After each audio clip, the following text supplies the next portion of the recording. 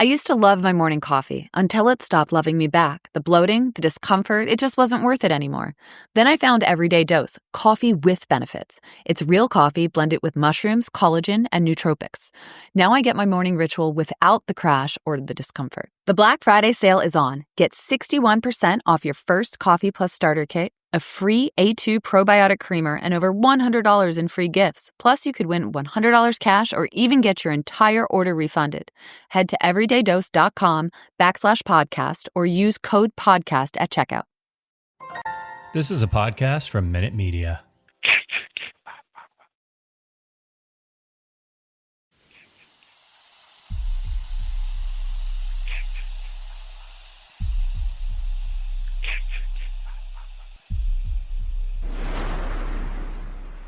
Warning, the following content may contain elements that are not suitable for some audiences. Viewer discretion is advised.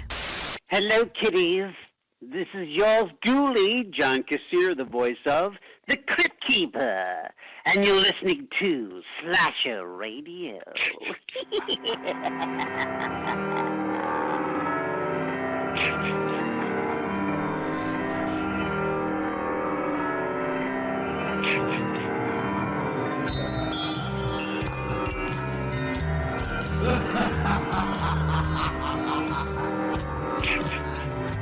Welcome to Slasher Radio. My name is Bones. Cat Rob, always, who's here. What's going on, guys? Hey there. Gobble, gobble, gobble. It's going to be Thanksgiving soon. Oh, shit. Mm-hmm. Didn't you mean to say gobble, gobble, motherfucker? Oh, yeah, gobble, gobble, motherfucker. I'm not gonna lie. I swear to God, I thought there was a ghoul coming at the end of that. And Oh, my God. I did not know where you were going with that. I got a headache. If I didn't have a headache, I would have landed that. The only excuse I got. Ghoul, and you missed it, man. I know. I told you before we started this whole thing tonight, I was not going to be on my A game. I've had a headache all day I've been able to get rid of. What did I send last week for Gabagooley Mystery Corner, by the way? I think I forgot to delete it. I'm not helping this process. No. Just know that if I send the same one accidentally, you get a second one.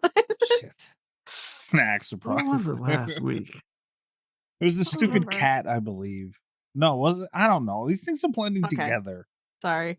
I think I've had a few people send me duplicates, and it's like, because usually when I send them, I delete them from the folder, but I think I added one back in. Oh, yeah, that's got to be complicated to keep track of. It's way more work than I thought it was going to be when we started this. You want me to create a spreadsheet for you? No, that's going to just make it more complicated, I feel like. Yeah, I could have swore, like, when you started with the gobble gobble, I feel like Greg, Nesto, and Chris just yelled ghoul at their phone. If anyone wants to make us a gabagool turkey, yeah.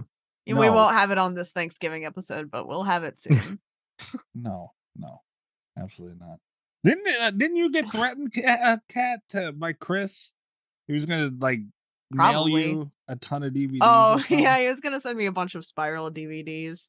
Oh yeah, I did see something about that. Yeah. While we're on the subject of Chris, I listened to last week's episode, and I'm torn. I'm torn here. Okay. I feel like maybe I should apologize because I was really harsh to Chris. I may have insinuated that we should have him murdered, and I may have said he was a simpleton. Yeah. You might have done that. Possibly. And that seems really harsh. And so then I feel like I kind of owe him an apology.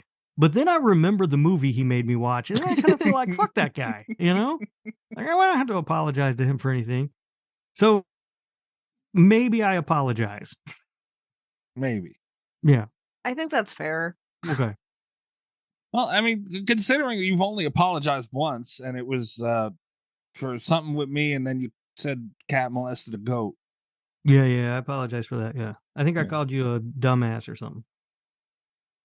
I don't know why you don't apologize for the other times you did it, but you apologize for that. But yeah, you did.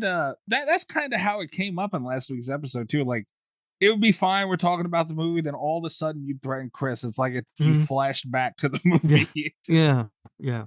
So, I maybe I apologize, Chris. I don't know. Depends on what day. That's what happens when we have to watch movies like that. Right? I feel bad about the things I say, but then I remember the movie, and I'm kind of like, yeah, it seems fair. Deserved. Yeah. Holy shit. We got a pretty good show. We got a couple things to get to. We do have to get to drink roll call. We have news, and I was gonna say a cat pick, but it's not a cat. I think Rob, you picked this one. This is Rob pick. Yeah. I suggested this one. Also a cat pick though, deep down. Cat jumped on it real fast. Yeah, I did. Yeah. To be fair, I had made myself a little peek behind the curtain here. I had promised, because you and I have been at odds with my last several picks. So I was just like, whatever Rob picks, I'm just gonna let him have this one to get some of the heat off of my choice of film right now. And then when you picked Barbarian, it was like, yes. Well, first I picked Pan Man, and I noticed you didn't pipe up on that one. Oh, I didn't see that you had picked Pan Man again. It wasn't going to get done anyway. Mikey shut that one down real fast. Yeah. That's maybe why I didn't see it, if it was not a long discussion. No, I would watch Pan Man also. Yeah, no, it wasn't a long discussion at all. Very, very short discussion. Yeah. Open and shut, one might say.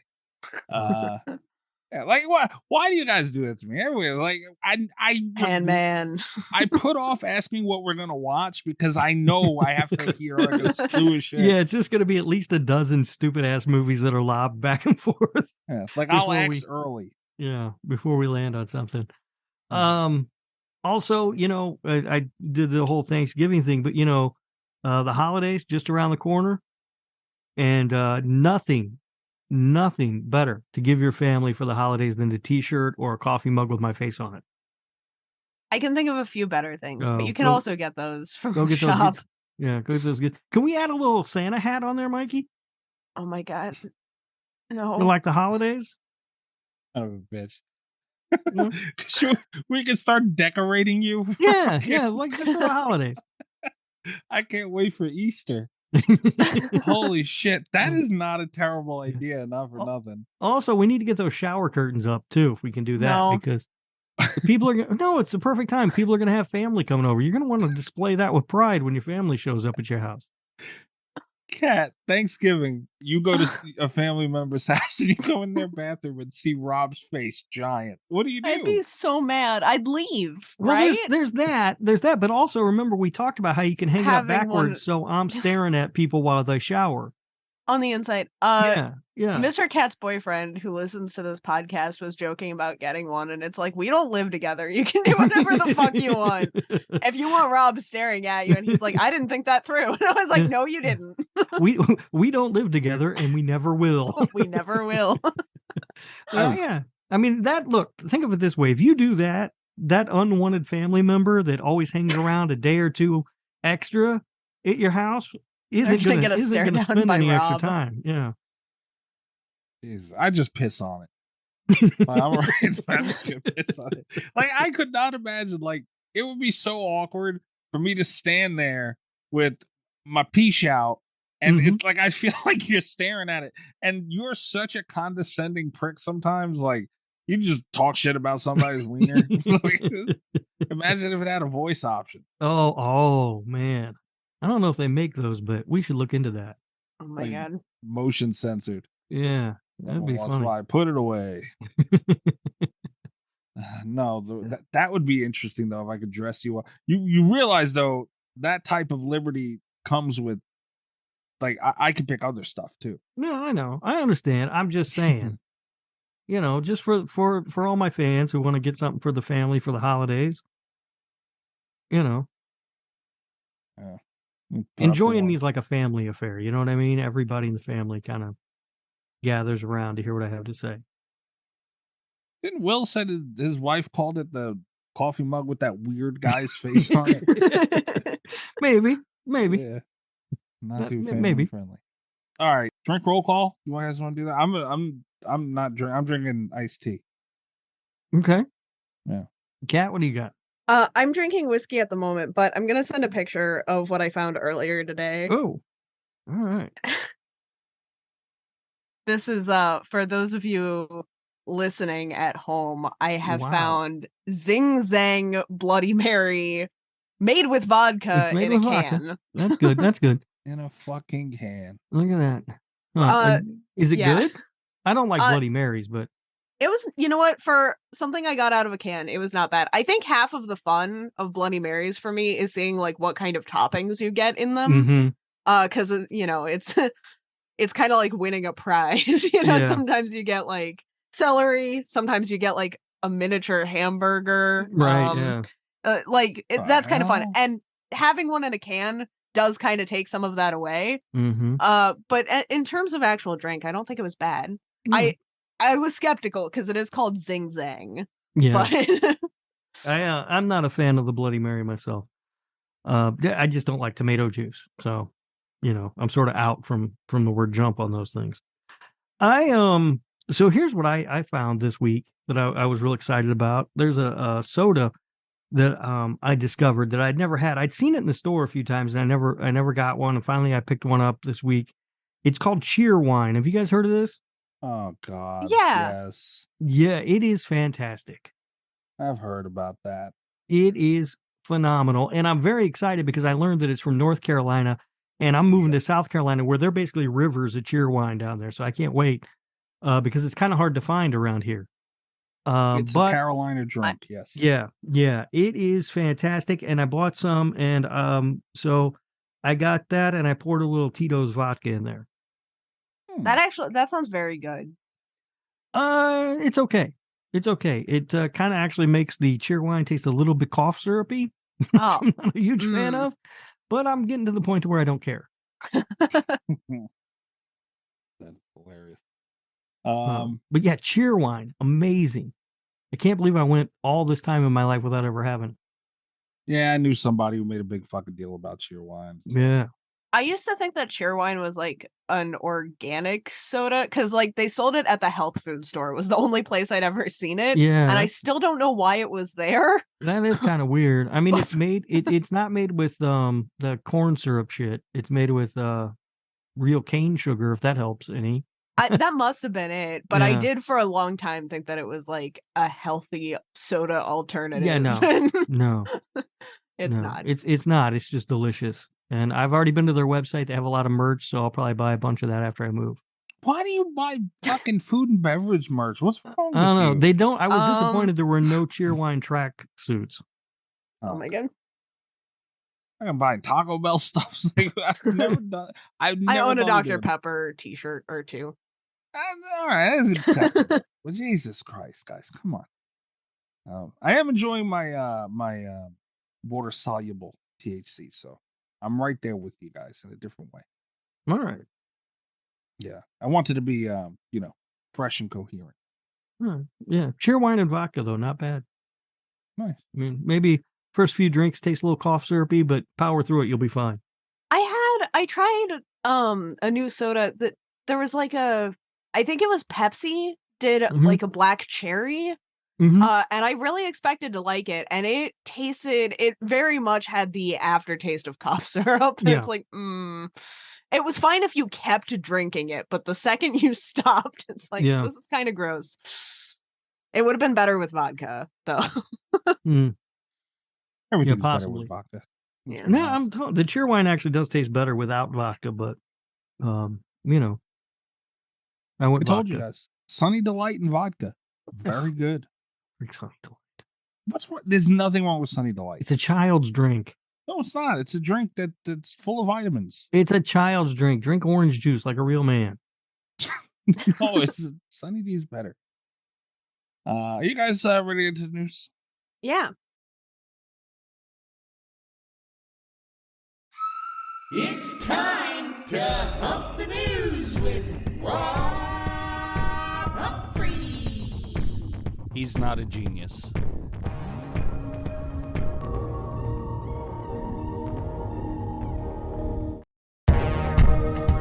I have a piece of news. Okay. / a question. I don't know if you're I don't know if this is gonna come up, but have you guys seen the trailer for the Friendship game? No. I have seen it on Tubi about 1,000 times this week. I haven't watched any Tubi movies since the Terror Train remake. That really put me off Tubi movies. But I probably will go back and watch some, so I imagine I'll see it soon. All right. wanted to talk, I think, almost more about how often I'm seeing the ad than for the movie itself, because I kind of feel like it's aggressive. I feel like the marketing campaign is really aggressive for a movie that cannot have that much of a budget. It looks bad. It looks I feel very like dumb. that's what Tubi does. Like, they just show you the same ad every single break. It's the same thing. I guess. I don't think Yeah. I've ever had it quite this bad before, but Is it a Tubi original or?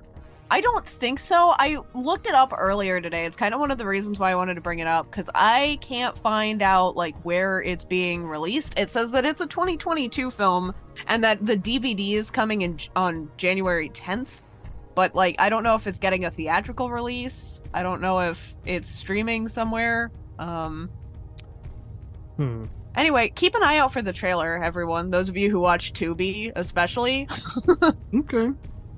All right. Yeah, I haven't seen it, but I'll keep an eye out for it. All right.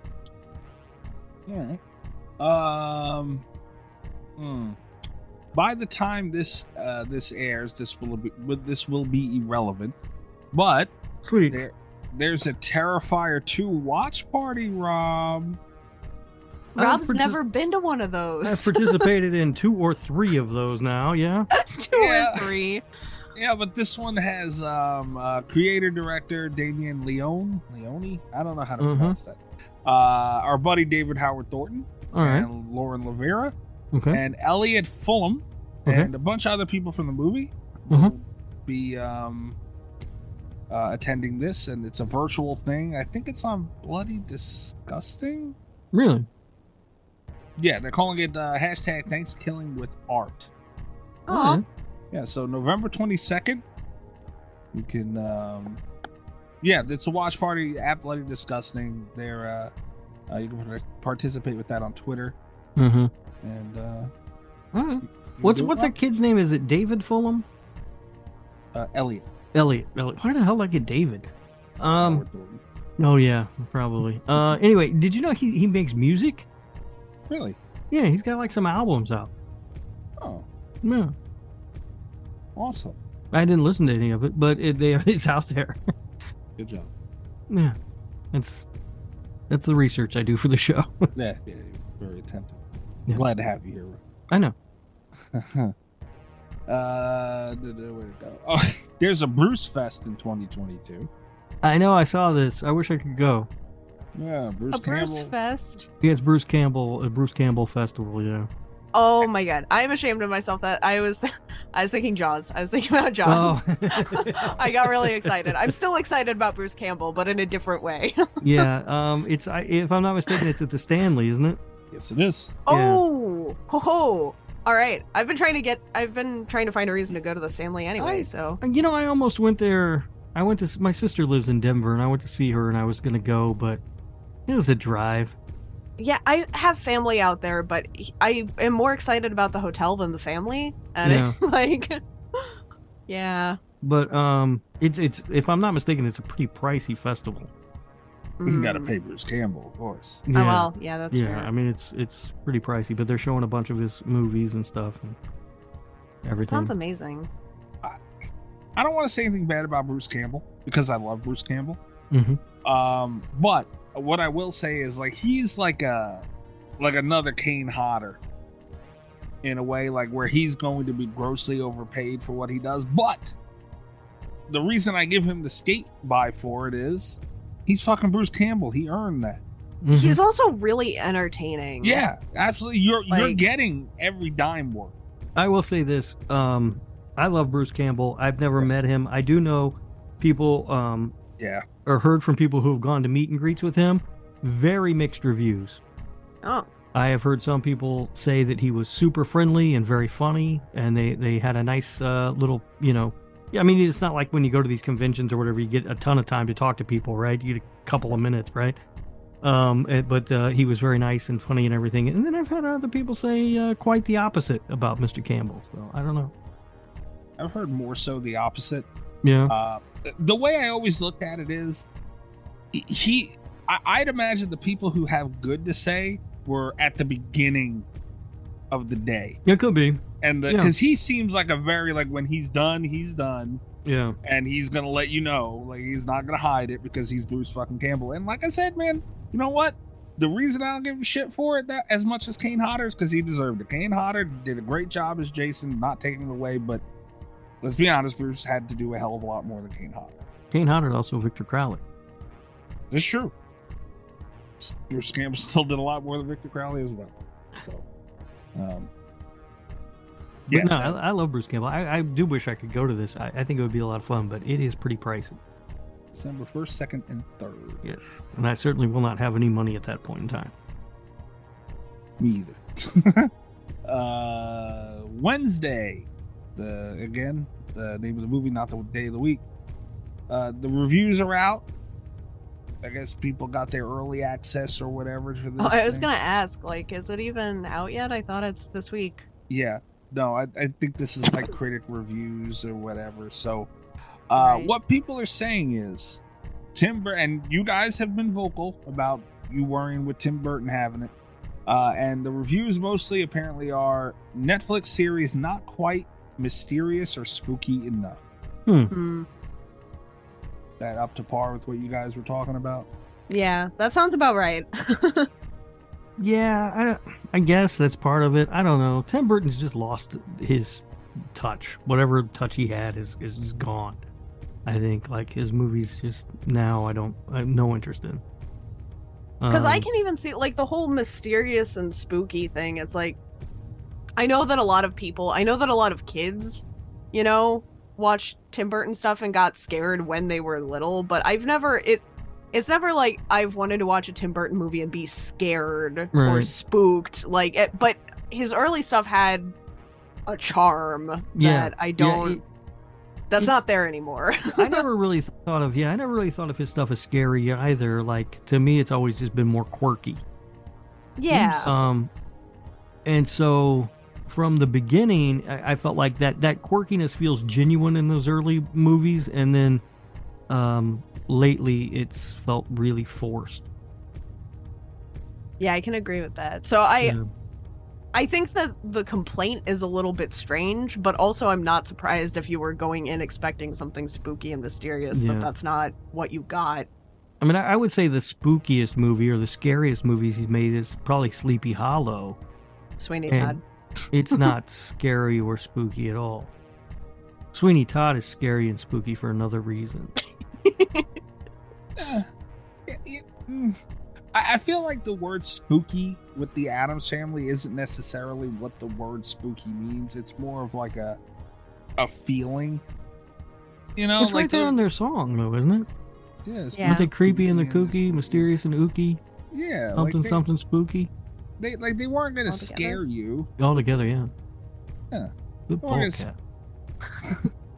They weren't going to scare you, but you know, it's just had that feel, that Halloween-y, you know, whimsical in a way, but darker kind of feel. And damn it, man!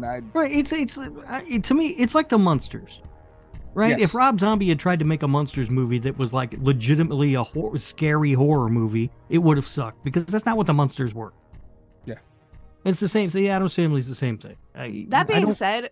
Because like one of the criticisms about the Munsters, even once it came out and we realized it wasn't as bad as the trailer made it look, a lot of people where there's that whole praising Rob Zombie for making a movie for no one in the world but himself. And it's like, I feel like that has been Tim Burton's thing for a long time, where he's like, I want to see the small cast of people that I know I like doing things that I remember from my childhood. Well, making a movie to please no one but yourself can work both ways, right? Sometimes those are where the best movies come from. Other times it's where Tim Burton's movies come from. I think we may well see this with the Addams Family. Yeah. I don't know, man. I like I said, I've said before, I really like the Addams Family. Like, those movies were really good. The cartoon was cool. No, those movies, I did not like those movies at all. No, everybody knows you know what you're talking about, so that's fine. I don't know what. Well, talking about Tim Burton made me think of M. Night Shyamalan. Did I say that right? Shyamalan. Thank you. And so I went to see The Menu this week, and the trailer for his new movie, Knock at the Door, Knock at the Cabin, whatever the hell it's called. Yeah. Came on, and there was a big group of people in front of me. I thought they were going to be a problem. I thought I was going to have to fart on them. They weren't though. But during the trailer, when his name came up, they got visibly like excited. And Really? I'm like, what? Am I in an alternate world where people are still excited about his movies? It's the name. That's I think. interesting. You know, like people know the name. Like some of those people getting all excited might not even fucking have seen the Tim Burton movie. They just, Anyway, it was just ridiculous. I was like, did you guys not see Old? It's just terrible. I remember I was on board for Shyamalan stuff a lot longer than anyone else was, because even when they started going bad, I thought they were so entertaining. That being said, I missed Avatar: The Last Airbender, which was the one that I guess pissed a lot of people off. Oh my god, that was bad. I still haven't seen it. So bad. So the one that I saw, like the first one I saw that was making people angry was The Happening, and it's like, oh, this is a train wreck, and I love it. I've never seen that one. It's bad, but like it's just fun. It's just an objective, and the same with Devil, like horrible movie. Yeah. Oh my god, I had is- fun. Devil is something. And then Yeah. I think it was Old, might have been. Oh no, because I finally went back. I saw Lady in the Water. I fell asleep After a when long time. I tried to watch that when it was on like HBO or something back in the day, and I fell asleep on the couch and I never went back and finished it. I don't think it was worth it. That was the one that kind of was like, well, maybe people have a point about some Shyamalan movies, Yeah. and then fucking Old happened, and it's like I'm so uncomfortable. Right, but he's gone in like fits and starts, right? Because his first couple of movies, first three actually, I would say, I really like. I think they're really good. Yeah. And then he had like sort of nothing, right? After Signs, it was just kind of a lot of bleck.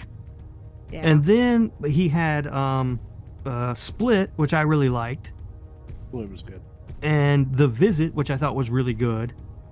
I All forgot sort he of- did The Visit. Yeah, all sort of in that same time period.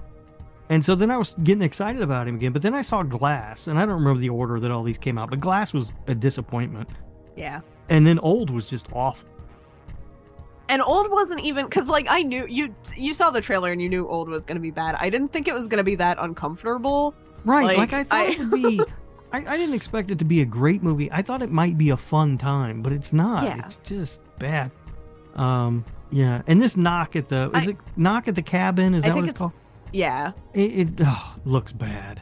I want it to be. I know it's not going to be, but I want it to be good. I liked the book so much. I read the book at your recommendation, and I liked it too, although I got mad at you for a part. But Yeah.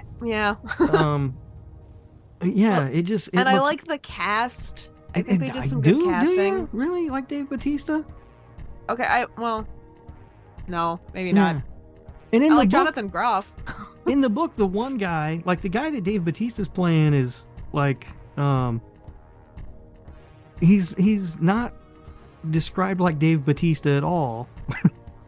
And then there's another guy who's supposed to be like, I guess I pictured in my head anyway, like a bigger dude, and he's a real tiny guy. I don't know what they did with the cast.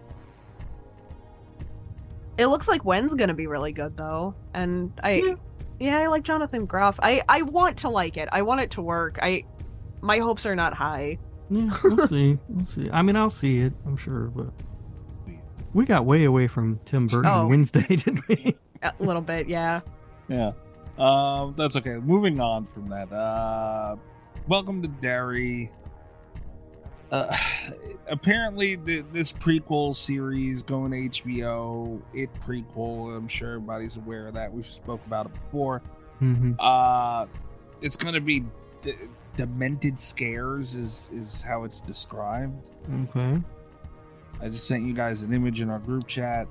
You guys can go to bloodydisgusting.com. Check it out. I'm sure you'll be able to find the article. Does Pennywise have a snot bubble in this picture? Dude, this is so fucking stupid, bad, dumb, and just what are they doing? This looks like Rob Zombie directed the new It movies. What is happening? The thing is, yeah, seeing that picture doesn't inspire a lot of confidence. I still like. I think the concept is okay, but seeing that picture doesn't make me feel very good about it.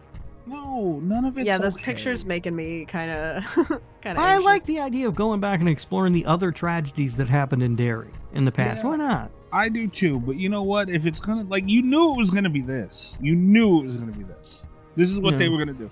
And this style, this is worse than I thought it was gonna be, actually. You know what I want to see? I want them to scrap this. Do you think it's too late? Do you think I can call HBO and be like, listen, I've got a better idea?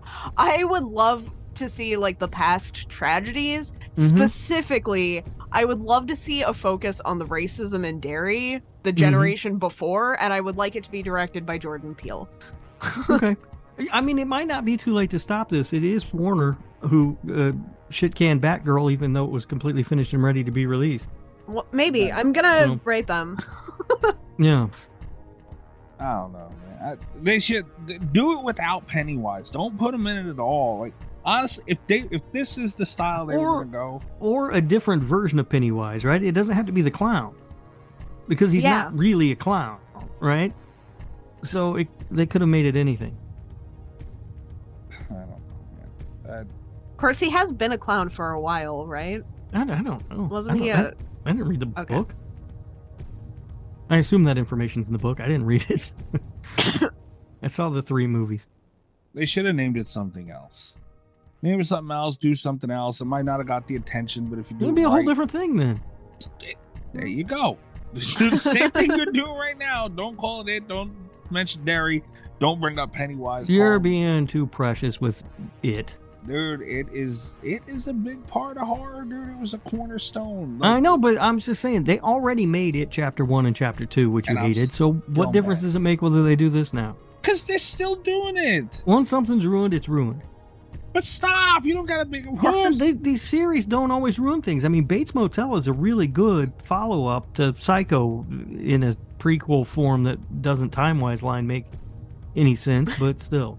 I believe you. It's a very good show. I believe you. But this isn't it. This isn't going to do it. I knew they were going to go the route of Chapter 1 or 2. You've seen one picture. You don't know that yet. This is what I'm talking about. You latch onto one thing and you decide you don't like something. I seen a whole movie based on this one thing. You saw one picture of this series. This is exactly like Chapter 1 and 2. All right, we'll see. That'd be dog shit. I don't think Mikey is going to see. I think he's going to be out. I'll see pictures and articles when we talk about it here. That's all I'm going to see. I will not watch that. You are so close-minded. Fuck them.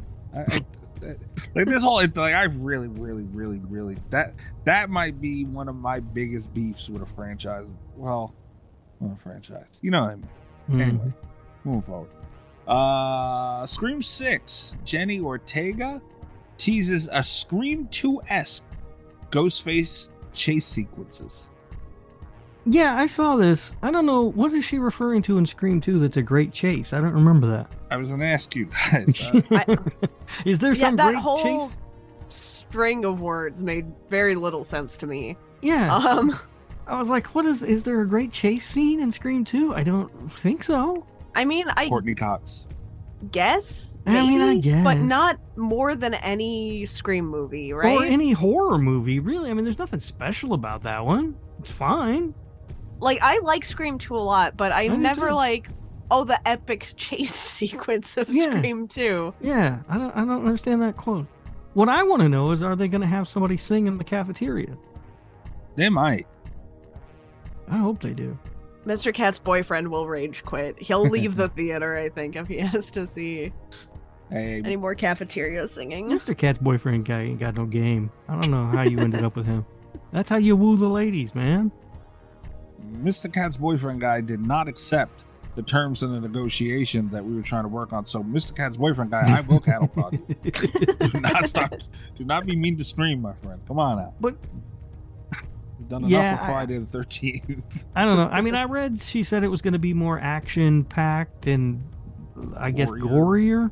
Yeah. Which is fine, I guess. Because it does sound like press release talk, right? Like that's what you say about something. Because I mean, what are they going to say? No, this one's going to be real tame, and there's hardly going to be any blood, and then nobody's going to go see it. But yeah, the chase scene thing doesn't make any sense to me. I don't know. I mean, the only thing, it's not really a chase scene. There's a fun scene that isn't really a chase scene where they're on the cell phone thing and like that open park area. Yeah. You know, like I wouldn't call that a chase scene, really. It's a fun scene. I remember it. It's well done. Maybe she's talking about like the overall... The thing with the car? Yeah, I guess. But again, it's not really a chase I don't scene. know. I don't know. I mean, I guess the closest thing is what Mikey said with Courtney Cox in the audio booth. But again, it's well executed. It's well done. But you know, yeah, I don't know. I want this movie to be good so bad. Please don't fuck it up. Please. It's either gonna be good or it's gonna be Ghostface Takes Manhattan. Please don't fuck it up. The new owners of the original Texas Chainsaw Massacre house, they plan to preserve its horror legacy. Okay. By That's selling awesome. it to me. Very cheap. Very, very cheap. And, you know, I wonder how expensive that house is because they moved it, right? It's not in its original location, is my understanding. Right. Like it got moved at some point. So, and it's in like some podunk town in the middle of Texas somewhere. But how expensive could it really be? I mean, it's not like it was a huge house anyways. I think we talked about it on here. Silence of the Lambs house, I think, sold and was like a big deal or something. Yeah. I mean, and that's the thing, right? It's probably normally wouldn't be a very expensive house, but because it is the Texas Chainsaw Massacre house, Right. I'm sure it costs a lot of money. Yeah. It's Buffalo Bill's house, yeah. Yeah. Sold. Weren't they turning that into a bed and breakfast or something? Really? That'd be dope as shit. I thought I read that somewhere. I could be wrong. I don't know. Yeah. I mean, it's never happened before, but it could be. Yeah. I don't know. It's also, it amazes me when they move a house. Yeah. Like, doesn't that seem like an awful lot of work to move an entire ass house? Not if you have your house on. You would probably like it, that reality show where these people have like these houses built on boats. Houseboats, yeah, houseboats are Is awesome. that the name of it? Yeah.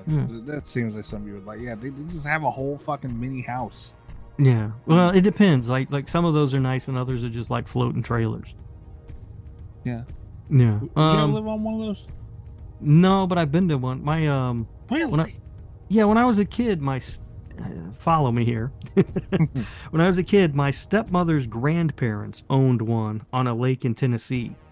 And it was like a vacation thing for them. They didn't live there, but we would go down, not every summer, but quite frequently during the summer, and spend like a week down there or whatever, just hanging out. Houseboat? Yeah. Wow. Yeah, it was kind of nice. That's awesome. Yeah. So, but moving a whole house just seems odd, and it happens. Like the Myers house isn't in its original location; it got moved years ago too. Yeah. Yeah, it's still in Pasadena. It's just not in the same spot. And I'm always like, why do you move a whole house? Like, it seems like it would be a lot less work just to build a house, right? I was watching a video. It was a while ago, but there was a house, and it was like this really amazing, like Victorian. I don't want to call it a mansion, but like just massive house, right? And you could buy it for $1, but it was on historical property. You could not buy the property it was on, so you had to pay to have the house moved within the first like 60 days that you owned it. And it was like, and no one could afford to move the house, Right, because that's the what I'm costs wondering. were so outrageous. And it's Yeah. like What's it cost to move a house? I don't even know. apparently a lot. Yeah. There's foundation involved, and foundation's I don't- supposed to be there forever until you knock it down. How the hell are they doing that? Well, maybe they move the house and put it on another foundation somehow. No, but I'm saying like the beams and everything that go into, like I don't how know. the fuck Like, what the hell are we talking about? I don't know.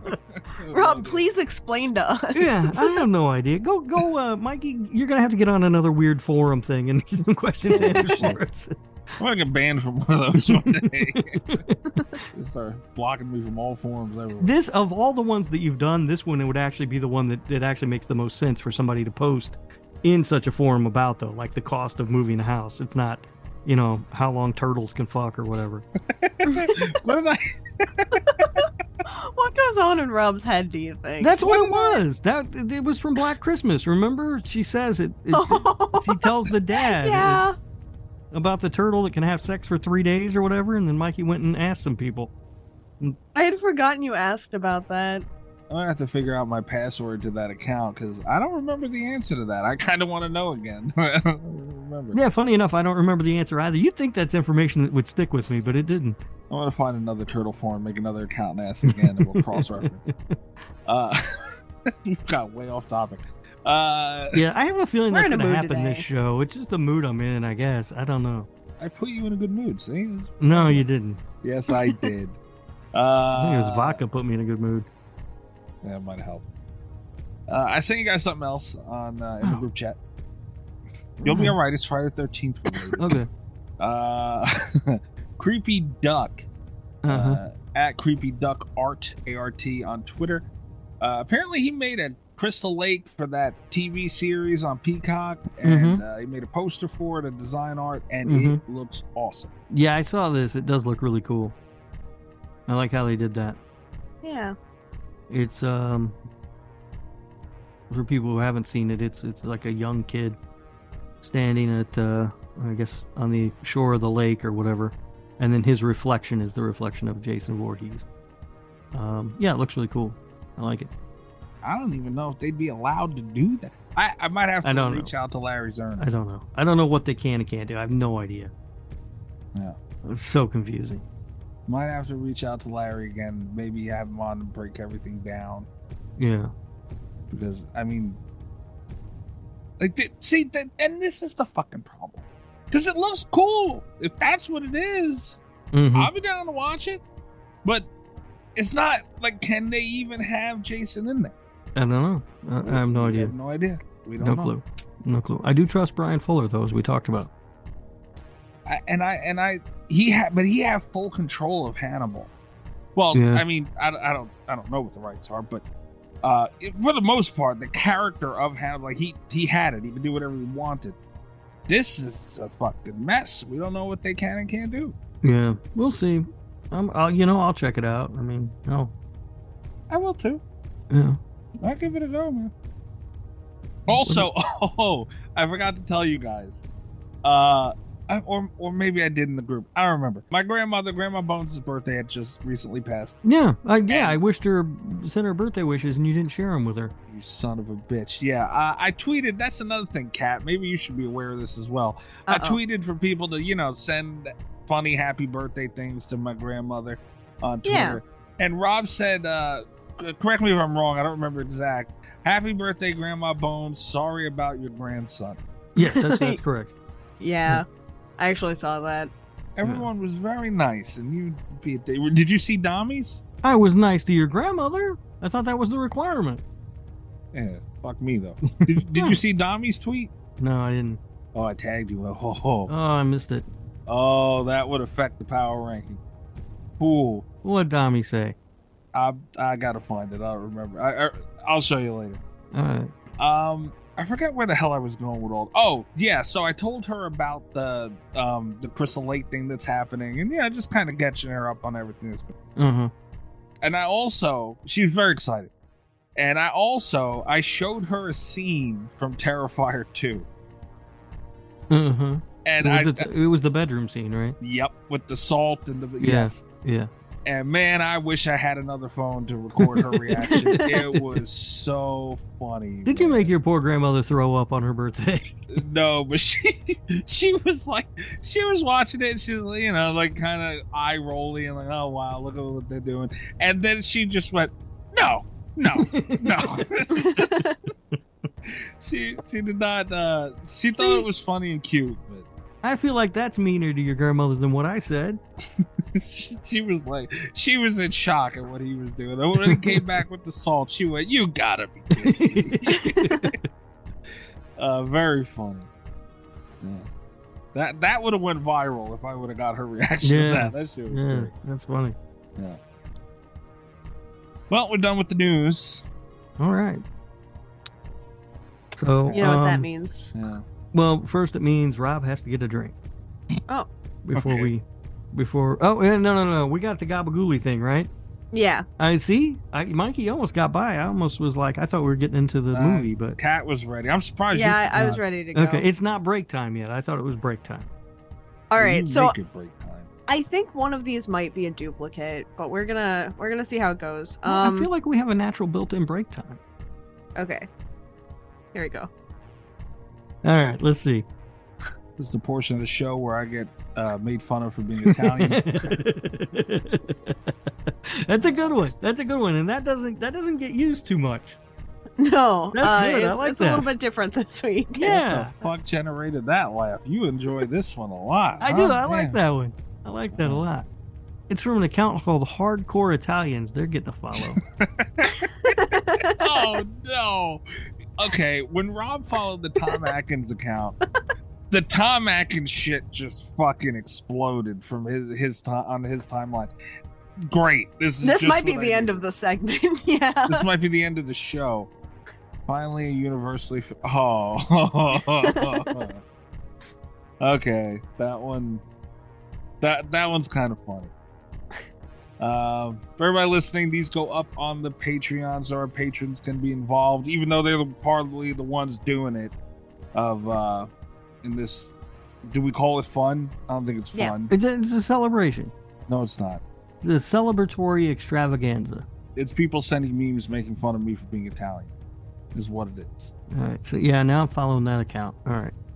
Oh, fucking great. Dude, that Tom Atkins account is fun. That guy responds to me sometimes. We go back and forth a little bit. It's exciting. I fucking hate him.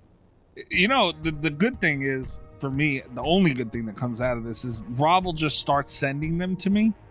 So, you know, the stock will go down on the show. We'll see. On the segment, rather. I mean, we'll see what kind of restraint I have. None. To describe to everybody listening, it is a meme that says, finally, a university for Italians. And it's a university sign in front of a bush with a big U on it. And it says, "What's the matter, you?" Which I've heard a lot growing up. What's the matter, you? What's the matter, you? All right. Yeah. What's the matter, you? That doesn't get used very often. I like that. Yeah, because we get a lot of the capiche hands, a lot of the gabagool, but yeah. It's okay. Robert De Niro's a good hole to go down. He's got the "you're good, you" and all these things. Mm-hmm. Yeah, what's the matter? He doesn't even, forget about it. Had a run for a while. Yeah, it's pretty popular. We got a sign for it. I mean, come on, it's accepted now. Yeah. God, how many? Like, are there a lot of these? Are we almost at the end of the tunnel with these things? Yeah, we're getting close. How many are left off the top of your head? You know, like a guess? We've got about 6 left. What? I feel like we had 6 like 3 episodes ago. I'm still getting them in. Okay. Holy shit! It's slowed. I'm no longer getting, because like I got that first one that I released anonymously, and then I got a whole bunch the week after that. I don't get them as regularly anymore, but I have gotten in since the last time you asked. So yeah, we're at about 6 right now. I thought like 3. Well, that's what it should be, but people. That's what it would have been if I hadn't gotten more. Holy shit! This is never gonna end. When it runs dry, I can fill it right back up. Now that I've gone to this Twitter account, we're good. You know, the bad part is now everybody who's involved with these. Fuck you, by the way, whoever's involved with this.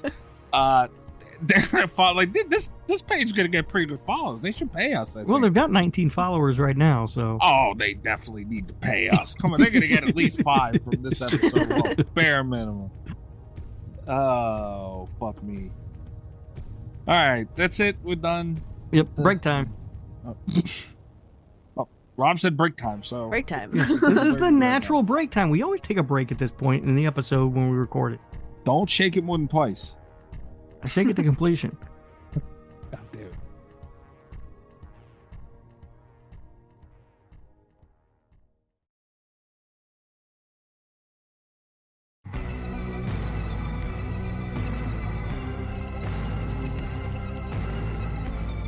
right. Here we are. We don't do new movies often. Mm-mm. And Kat and I were talking, I don't know if you heard this part, but for this movie specifically, wanted to make sure that we are going to spoil the shit out of this movie when we talk about it, and this is not a movie you want spoiled. No, you want to go watch this movie right now and come back and finish the episode. Yes, you want to watch Barbarian knowing as little about it as possible. The less you know, the happier you're going to be. Yeah. And which is one of those things. I've talked about this on the show before. I'm happier always the less I know about a movie going in. Because expectations can ruin otherwise fine films. But I always like, my dream world is where I ask, how was the movie? And someone says, I'm not going to tell you anything until you've seen it. That's like my ideal movie interaction, to be honest. A lot of people did that with Barbarian specifically, and I knew right away, because it's like, if they don't want to tell me anything, I know I need to see this film. And man, I've never been so happy not to have something spoiled. So seriously, go watch it. Very well said. Very well said. Yeah, that's usually how things go here. We just homeboy talk this, and it's gonna happen. So Barbarian 2022. Holy titties. You guys have been talking about Barbarian a lot. Yeah. And Kat and even Rob, you said this kind of climbed your ranking. Yeah, I love this movie, yeah. All right. So who wants to go first and give like just a quick thought on this bad boy? I love this movie. I love that it's subverted. I didn't have any expectations. No one would tell me anything about it, and I'm so glad. But even once I was in the movie, it continued to create and then subvert those expectations. Like, there was not any point in this movie where I could have guessed with any accuracy what scene was coming next. And I love movies that can do that. Mm-hmm. And Kat, you said that this we were recording an episode of Versus for Patreon. Before this, you said correct me if I'm wrong, this was your second favorite movie of the year. Yeah, this is my second favorite horror movie of the year. My second favorite movie of the year is actually Everything Everywhere All at Once. Okay. But not a horror movie. So yeah, in terms of just scary movies, this is my number 2 slot. Damn. Okay. Rob, what has you tooting this horn? So I went and saw this in theaters, and I had seen the trailer for it a number of times in theaters, and the trailer, I mentioned this, I don't remember if it was here or on the Patreon episode. They all run together. But the trailer is done perfectly. In a way. It's also kind of ineffective because it doesn't look like a good movie when you watch the trailer. It looks pretty boring, actually. But what they do with the trailer is they don't show you anything in the trailer past like the first act. Mm-hmm. So it makes it look like the first act of them being in the Airbnb together is the entire movie. So, of course, the assumption then is that Bill Skarsgård's character is the evil guy in the film, right? And he's, going to do something to Tess. And that's when I went in expecting when I saw this movie. So, boy, was I surprised. I'll say this, too, because I give the Bill Skarsgård, I gave him a lot of shit for the It stuff. He should be himself or play a more human role. Maybe as I don't know. He should do that more often. Mm-hmm. Yeah, good actor. Yeah, the director said they cast him specifically because people find him off-putting because we know him so much as like Pennywise, and stuff. And so it would lead to an uneasiness when you watch the movie and you saw that it was him.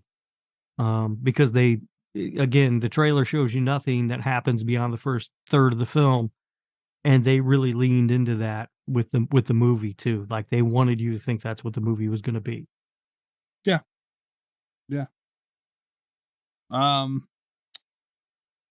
This movie, this is my first watching. I watched it tonight before we recorded this. This movie was weird, and it did a lot of stuff very well. Very well. Acting was great in this movie. Transitions were different and sudden and a lot of stuff done very well. But there's also some stuff where it's like, and the stuff that makes me go, kind of sticks out more than the stuff that was done well, or at least just as much, because this stuff was a shocker. I heard about the titty monster that apparently was, the surrounding this movie. Shout out to, I think it's Jay Betts on Twitter. My buddy Achilles. I mentioned it to him that we were going to be recording this week at this movie this week, and he said booby monster. That was his first. I was like, holy shit! Okay, so that's the thing, and it you see it when you see it, but that moment though, there's a lot of things in this movie that you have to overlook, and I'm willing to do that if you make it worth it, and they made it worth it, but there's a lot of things that you gotta overlook. I will say, on the second watch, I still enjoy the movie. I have not lost any of my love for this very strange experience that is Barbarian. But I will say, I noticed a lot more that I had to overlook the first time. I think this speaks to the testament of the film, because the first time I wasn't thinking like I've got to suspend my disbelief here. They had me. I was like at the edge of my seat. I wanted to know what was going to happen next. I was ready. I was immersed. Watching it a second time, it was like, wow, I let a lot of stuff go that I normally would not have been able to let go in a film. And I didn't even notice I was doing it the first time around. Like, which I think, again, I think it speaks to the quality of the film, because usually stuff like that drives me. There are a lot of little things, that I think would bother me if this were a different movie. And they just got to pass. Like, if I had not had a chance to rewatch this, because I only saw it for the first time like a couple weeks ago when it came to streaming. I think if I had not gotten a chance to watch it again for this episode, I would have been baffled that there was anything wrong with it, because I, from the first viewing, just didn't remember. Yeah. And see, that's my struggle, is, being able to get over that stuff and them making it worth it. And like I said, they did, but God, man, like stuff like, and it's relatively small. Like the cops in this movie annoyed the shit out of me. I think they're supposed to. I think that was correct. No, I know, but not even for that. It's like, first of all, they said that they had no cops. They tried to call the cops or something, whatever earlier. Oh, we don't have any.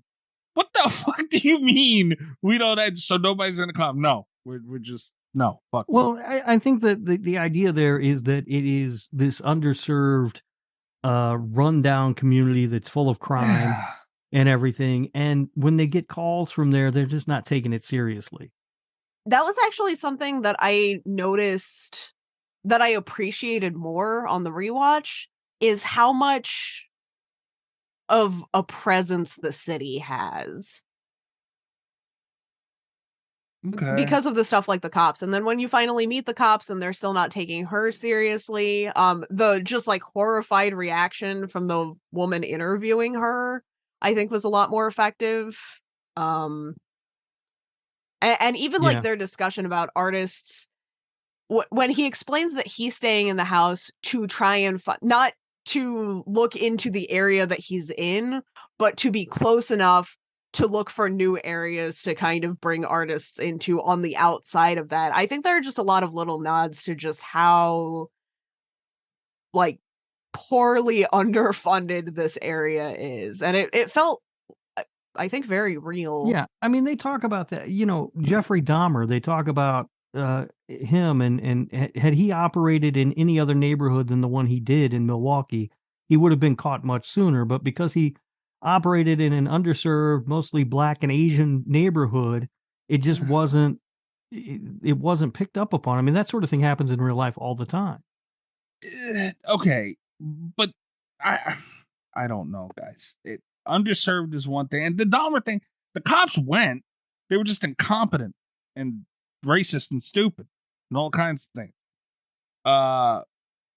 This was more just like they kind of erased the cops out of there is no way, no matter how underserved, 2 police officers are going to see a woman in her shape, like all fucked up and bruises and dirt everywhere and all that, out of breath, sweaty and nasty. And she's telling them, I was just held captive. I seen someone get killed.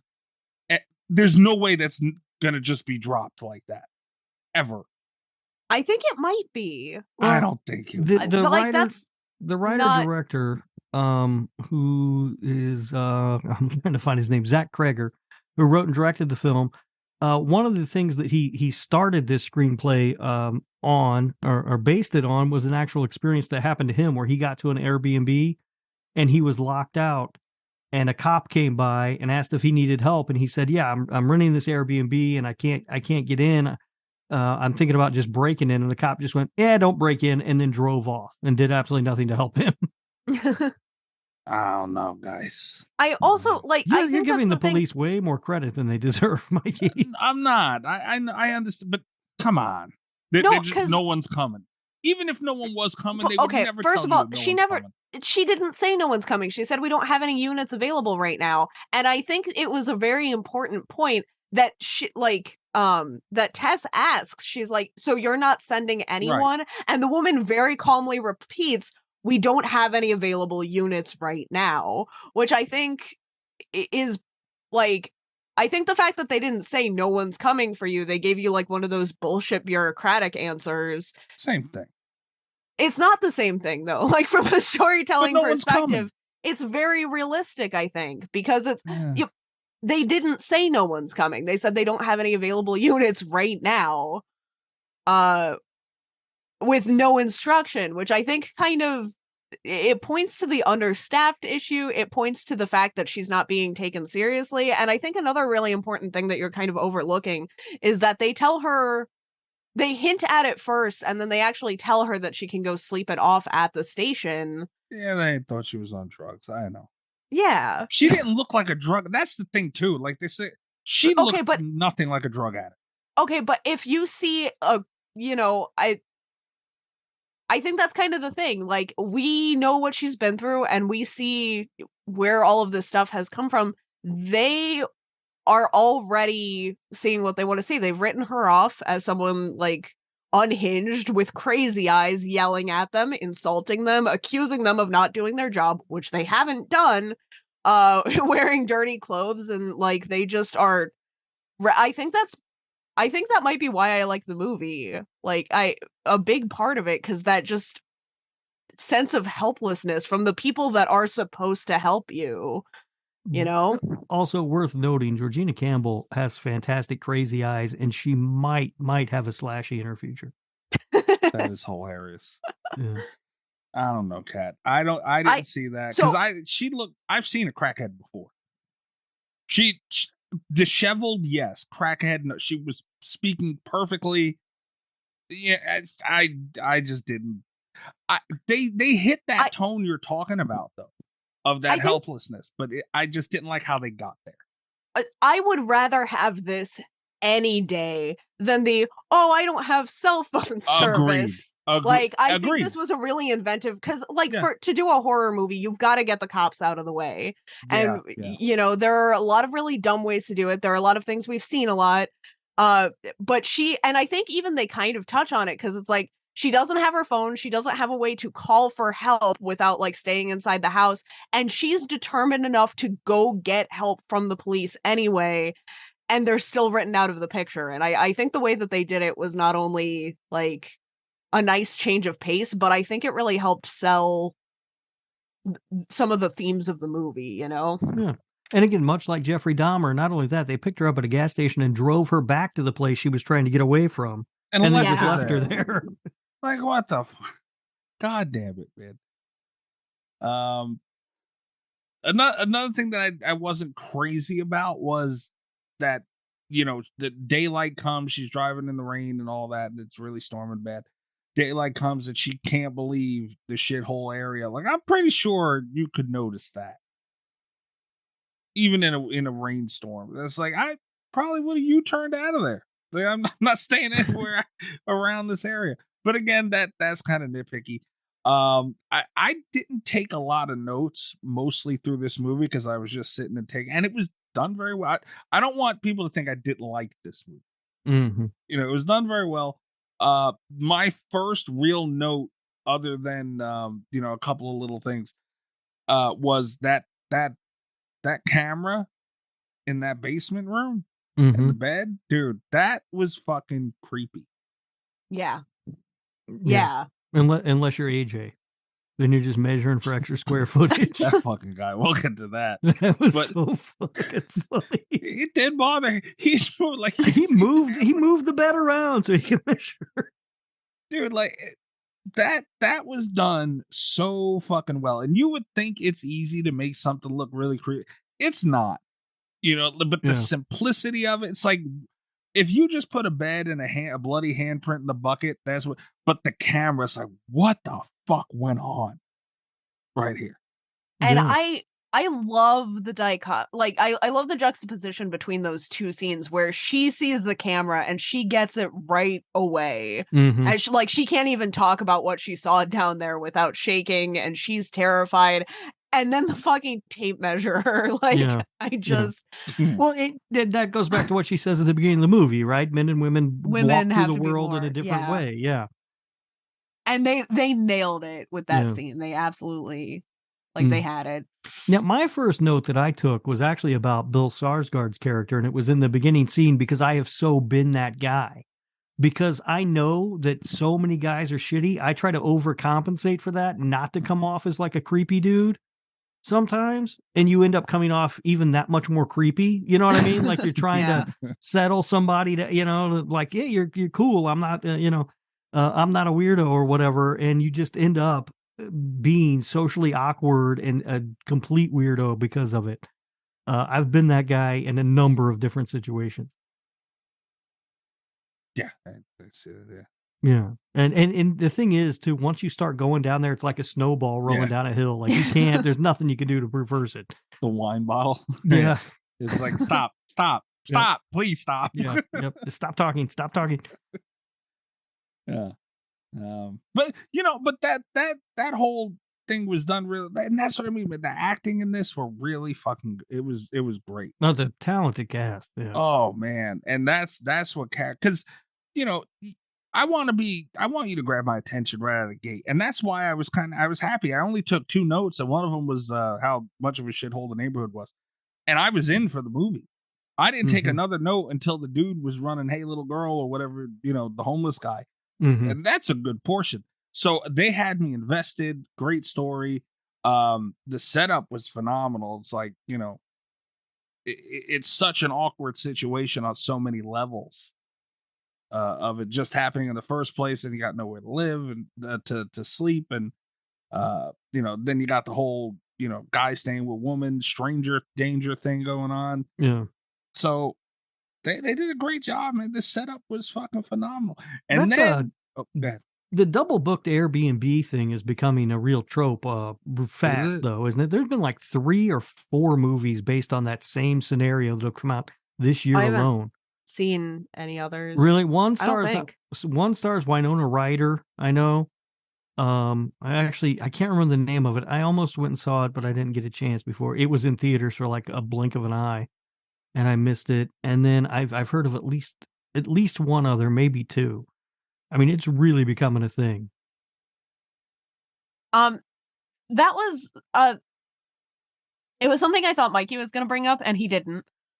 Or maybe I'm just beating him to it. But I do want to talk about, because I saw it in a lot of the reviews when I was looking at reviews for this. A lot of people really complained about all the hotels being booked in Detroit. That was for me. A convention. I complained about that at one point. You also complained about that. And it's one of those things where I kind of understand why the thought would cross your mind, but first of all, trying to get a hotel room in Detroit under the best of circumstances is not ideal. And then, like, I've been in Detroit for a convention. I had a really tough time booking room even like a couple months out, the trying to find a place the day of when you're already like in a place, even if it's kind of a sketchy situation, like Tess goes to the sketchiest possible Airbnb.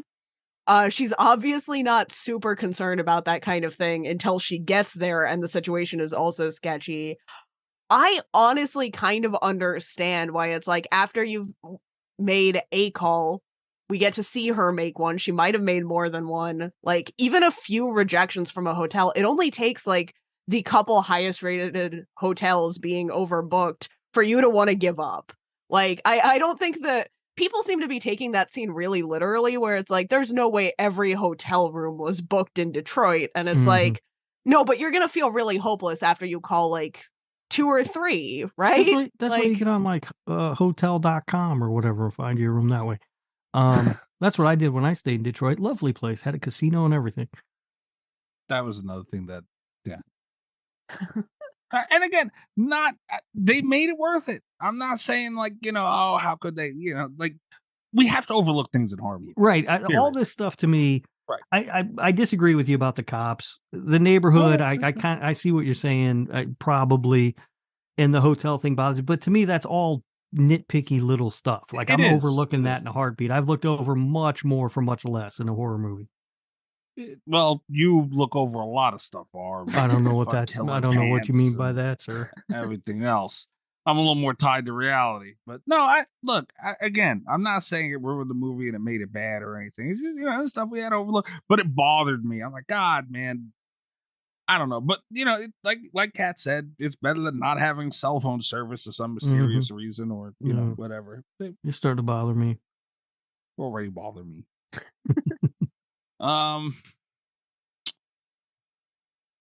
What did you guys? What was your reaction the first time you seen? I'm gonna keep calling it titty monster until someone else gives me something else to call. Well, mother. You could call it. Mother. Yeah. All right. Yeah. Well, it's a little bit appropriate than titty monster, I guess. Yeah, it's a little bit. So, what was your guys' reaction when you first seen Mother? I don't know. All of it happened so fast. I think the only thing I thought was, what the fuck? Because it does an amazing cut right after that, where suddenly you're on the Pacific Coast Highway with Justin Long in a convertible singing along to Donovan. And you're like, what is happening? Yeah. So the whole again. Yeah, the you whole just never thing, know what's going to come next. The whole thing was just like, what the hell's going on? What was that? What is this? What is going on? Something that I think was also really good. It wasn't a jump scare. I think it would have been really easy to do like a full jump scare right there. But I love the fact that she's like trying to get him to back out of that place, and he's like, we can't go that way. We can't go that way. It's that way. Like, and then it comes up from behind him. I think it was really effective. I think it worked. And I like that they didn't do like the full jump scare music and have her like right in the camera, There were a lot of like very mature decisions that were made in Barbarian, and I like the lack of jump scares, I think, really sold me on this, because there were a lot of opportunities where you expect to see them, and yeah, there's a lot of atmosphere in the movie. You're right. There's not a lot of jump. There were a couple, but nothing. Yeah. It's not overdone. It's not a jump scare fest. And they don't have that music. I'm learning about myself. Because I revisited the Satan's Slaves movies, and then I watched Smile immediately after that. And what I'm learning is that the soundtrack for jump scares bothers me more than the actual footage. Yeah, that's what actually makes you jump, right? Yeah. There's always a big music sting, and that's what comes out, and it makes. But I never do, so it just irritates the shit out of me. Yeah. And in jump scares, I don't know, like. I know people like, oh, I can't stand jump scares. They make movies too scary for me. It's like, well, no, they don't really. I mean, the jump scare isn't scary. It startles you. It's not the same thing as being scared. And let's be honest, most movies that overdo them, i.e. The Conjuring and everything, you see them coming a mile away. Yeah.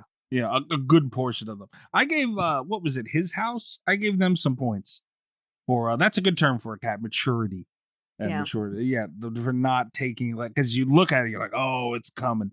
And there were, I think I counted 2 that I kind of seen coming, and they did jump scare in them, but they didn't overdo it. There's nothing wrong with a jump scare; just do it well. One of my favorite scenes from this year comes actually from Five Cream, where they're in the house and that kid's just gotten out of the shower, and they set up jump scare after jump scare, but they don't pay any of them off. I absolutely love that because it's so well done.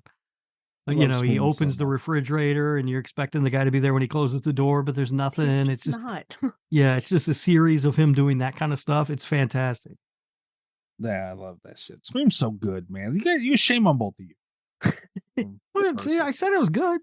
No, you didn't get it. They do shit like that all the time. They put it right in your face, and no, they don't do it. And then they do it at the door. Bam. Anyway, not talking about Scream. Yeah, that was a shocking.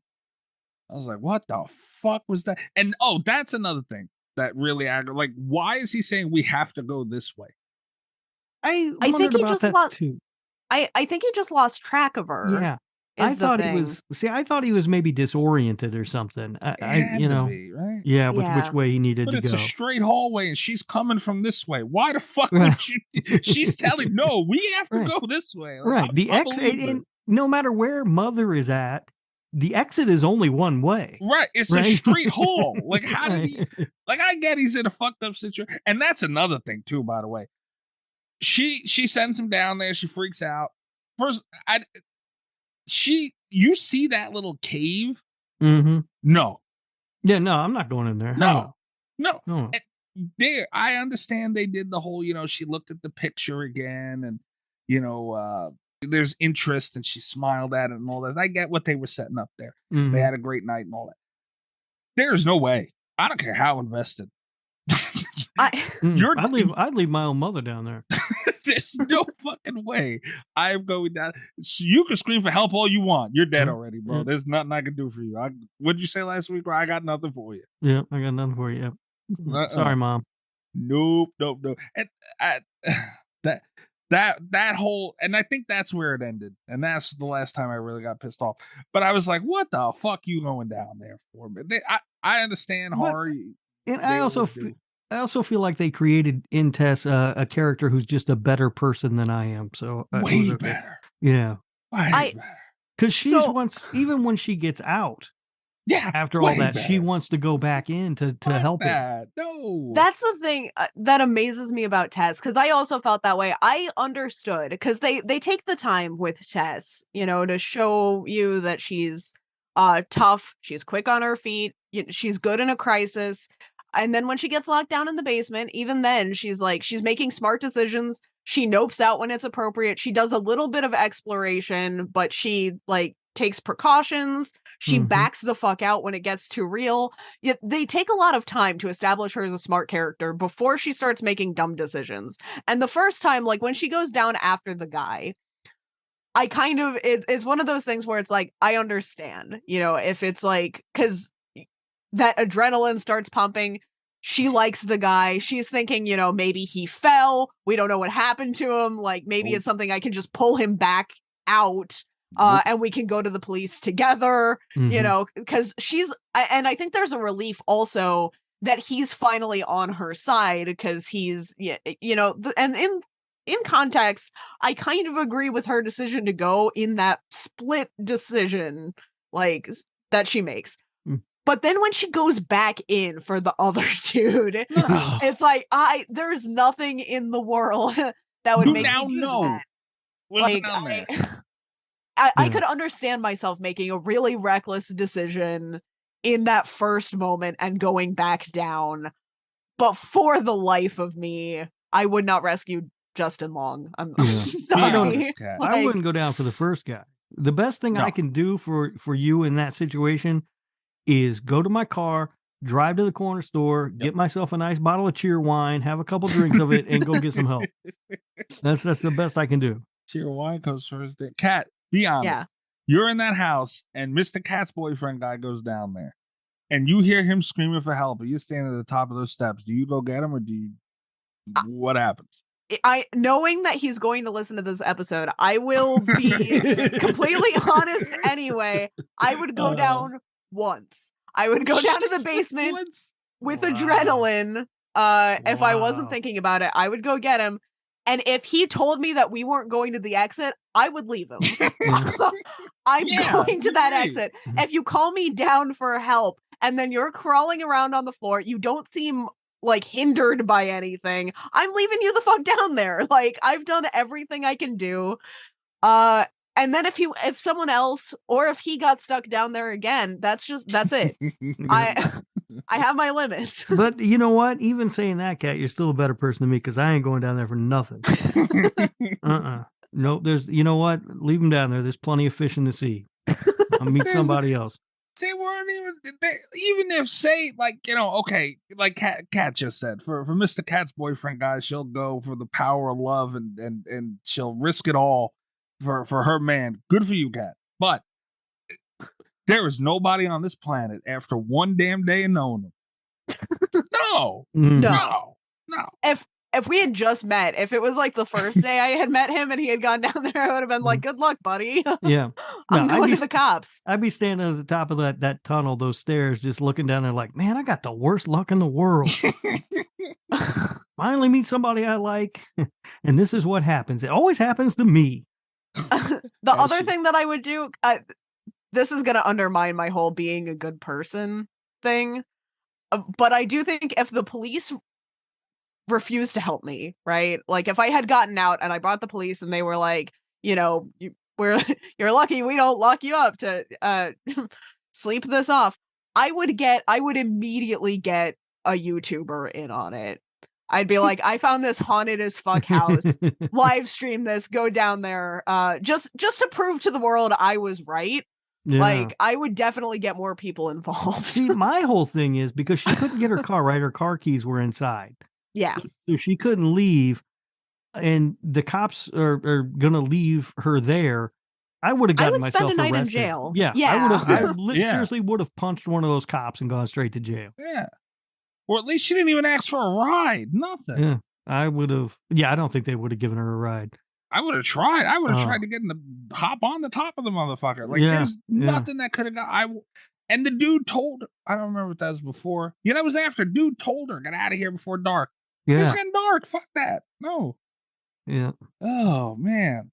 But of course, again, we say if people do logical things, horror movies don't happen. Yeah, but that's like, she did a very illogical thing like 3 times. Like, this is like Kat said, in the moment you go down, all right, cool, but I forgive her for the first one, but yeah, anything after that, it's I saw a tweet the other day and it was like, shout out to my girl Tess, who did everything wrong and still survived. And it's like, you're not wrong. That is the luckiest final girl in the history of final girls, though. Yeah. Like, if she was on our bracket, I don't think she'd make it very far. No. And it sucks because, like, again, they establish her as being smart. She makes good decisions initially, and then it's like, what the fuck? Come on. Yeah. And I think Tess is a great character. Like, they do a really good job. Like if she was real, I'd hang out with Tess. Yeah. She wouldn't want to hang out with me because I'd be weird and creepy and like, oh, here, I got the wine. I didn't open the wine because you think I might kill you or whatever, and then she wouldn't want to drink the wine. But I would have been the easiest one to get Tess to drink the wine because I would not have offered. Like, I would have already opened the wine and she'd be like, if she's not trying to get me to drink this, it's probably fine. The cat's just going to drink all the wine. I'm just going to drink a bottle of wine. So yeah, I don't know. I love this movie. One thing I've heard some people say when they talk about the flashback with Frank. Yeah. Yes. I keep hearing people say when it flashes to the 50s. That is not the 1950s, guys. Come on, that is clearly the 1980s. They're talking about Reagan. Yeah, Asia's Heat of the Moment is playing. There's VCRs. I mean, this is, huh? I thought it was the 70s. I didn't go that far back. I thought it was 70s. No, it's clearly the 80s. Come on. Fair. Heat of the Moment came out in 82. But I'll say this, it is sad how easily relatable the 80s is to the 50s nowadays. Like, everyone just thinks it's that far back. Same shit. I guess. God damn, we're getting old. Shit. 80s is vintage now. Yeah. But that was weird, I don't know. I like that. I'm not saying weird in a bad way. It was like it gave you that weird vibe, and this movie had so many different vibes, man. Yeah. Well, they did some cool stuff with that flashback too, because it changed. The aspect ratio changes to like an old school aspect ratio. There's a vibe during the flashback and stuff, and I think I like the way they did that, because we don't spend a ton of time with Frank. And that's great, because Frank is terrible. We don't need to. I don't want to, and we don't need to. We got it. We spend just enough time with the character to understand what's going on and the role that he plays in the movie. But another complaint that I hear a lot is about Frank's death. People are very upset that he gets off easy. Yeah. In response to kind of both of those things, I just want to point out, because my favorite aspect of this movie is the morality of it. Like, this one I think the characters all have very interesting moral compasses. I think, there's some question as to who, not a real question, because obviously the answer is Frank, but I think there's some, like, gray areas about who you're, like, really rooting for, because you kind of understand, like, what's going on. And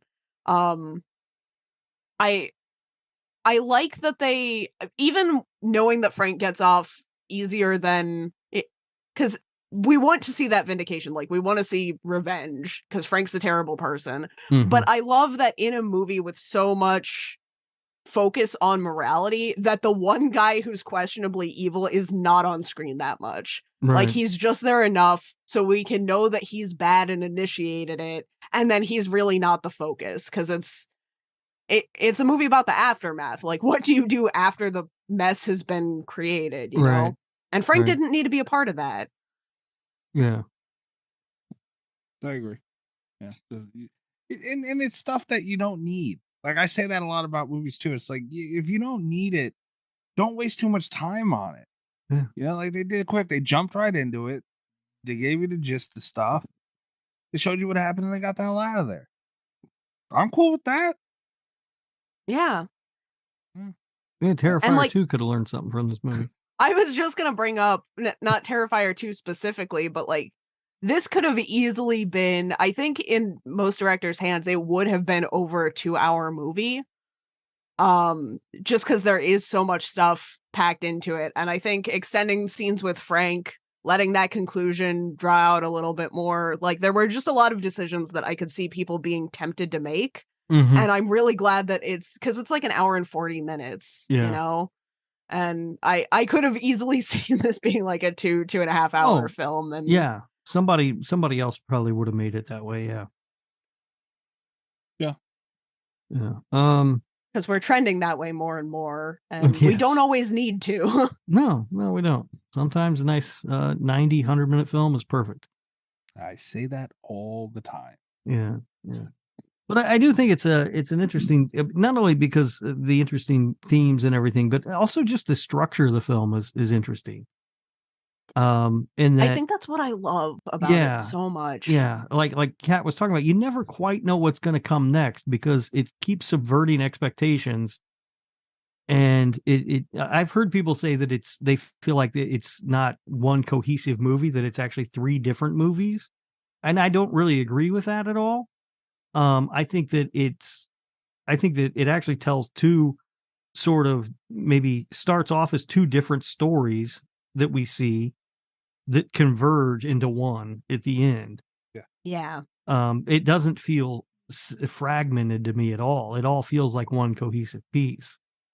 It really does. And because when I was watching it the first time, you feel that shift when you're on the coastline, where it's like suddenly you're watching something else. You weren't expecting it to cut to a different scene like that. You do kind of feel like you're in a new element and following stuff, but there's enough there that not only ties it together while you're watching that scene, but I think by the time you get to the end, there's no way I would have rather seen it done, because it shows you the 2 different lives of the people that get down there before they meet. And I think that's really important. I think it was done very effectively. Yeah, that transition is just, because I mean, you're going from a tunnel underneath a house in the outskirts of the rundown outskirts of Detroit to a convertible on the Pacific Coast Highway, one of the most beautiful drives you can possibly take.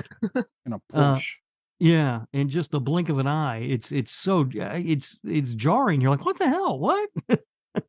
And even, like he's getting fired and stuff, and it kind of takes, there are a couple of scenes before you put together, like, and it's not much of a runtime, but there are like a couple distinct scenes before he mentions his properties in Michigan. Yeah. And, and then you kind of start to see like, oh, this is where it's going. And then there's like, and when he gets to the house for the first time, there's this really interesting thing where like your nerves are still up from the previous story that was going on, even with like his laid back attitude. I think when he moves the chair away from the door, and part of you's like kind of laughing because he's like, trying to figure out what's going on, and he's on the phone and like laid back about it and kind of overreacting, and you kind of want to laugh, but also you're so scared because someone might still be trapped down in that basement. And it's like, yeah, the levels, like the simultaneous levels that this movie can get you on, I think are just like unparalleled. Yeah, there's a lot going on in this movie. It's and again, it's amazing they were able to pack it into this sort of a runtime.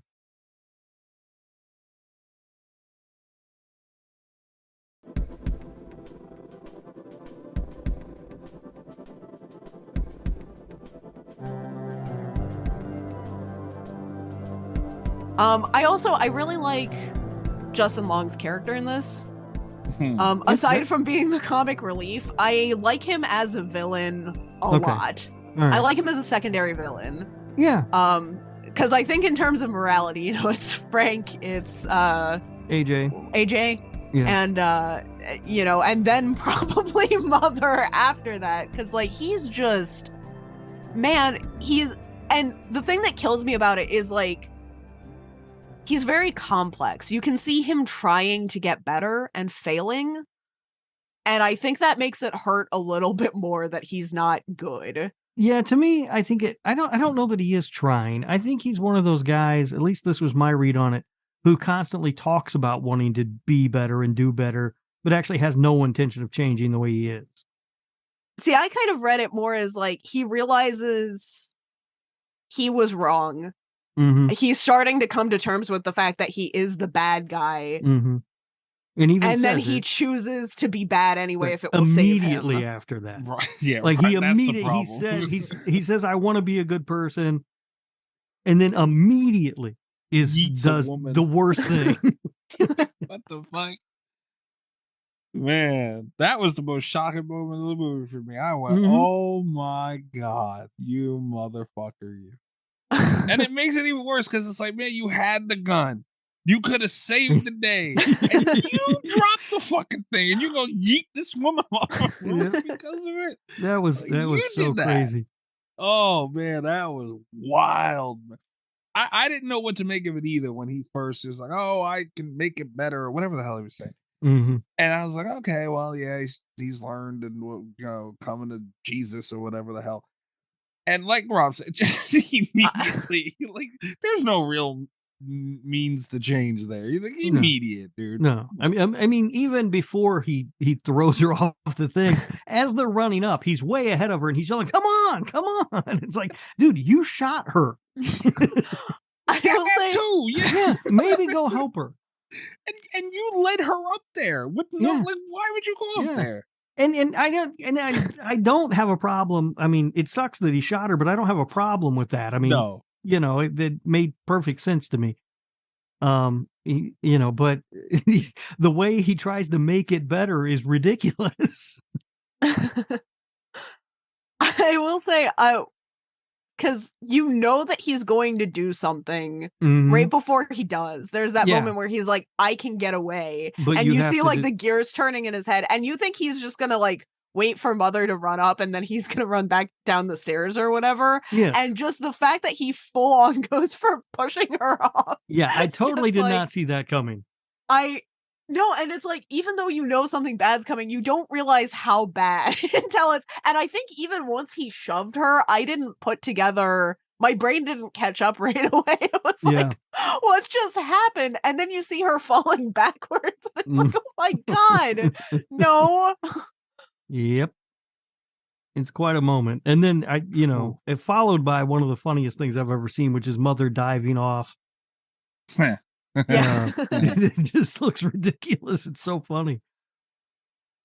Like, what are you more afraid And of, then- dude? You see the ground, and then you turn and see her. It's like, holy shit! I'm between two very bad situations.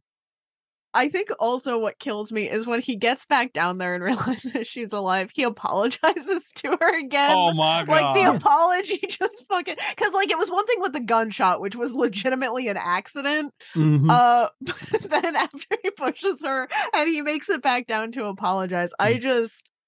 But he starts immediately then. He starts rolling the apology back. Oh, you slipped. Yeah, I was trying to, Like, you let go. And Yeah. And he even said, "I'm saving you, motherfucker." Yeah. Really?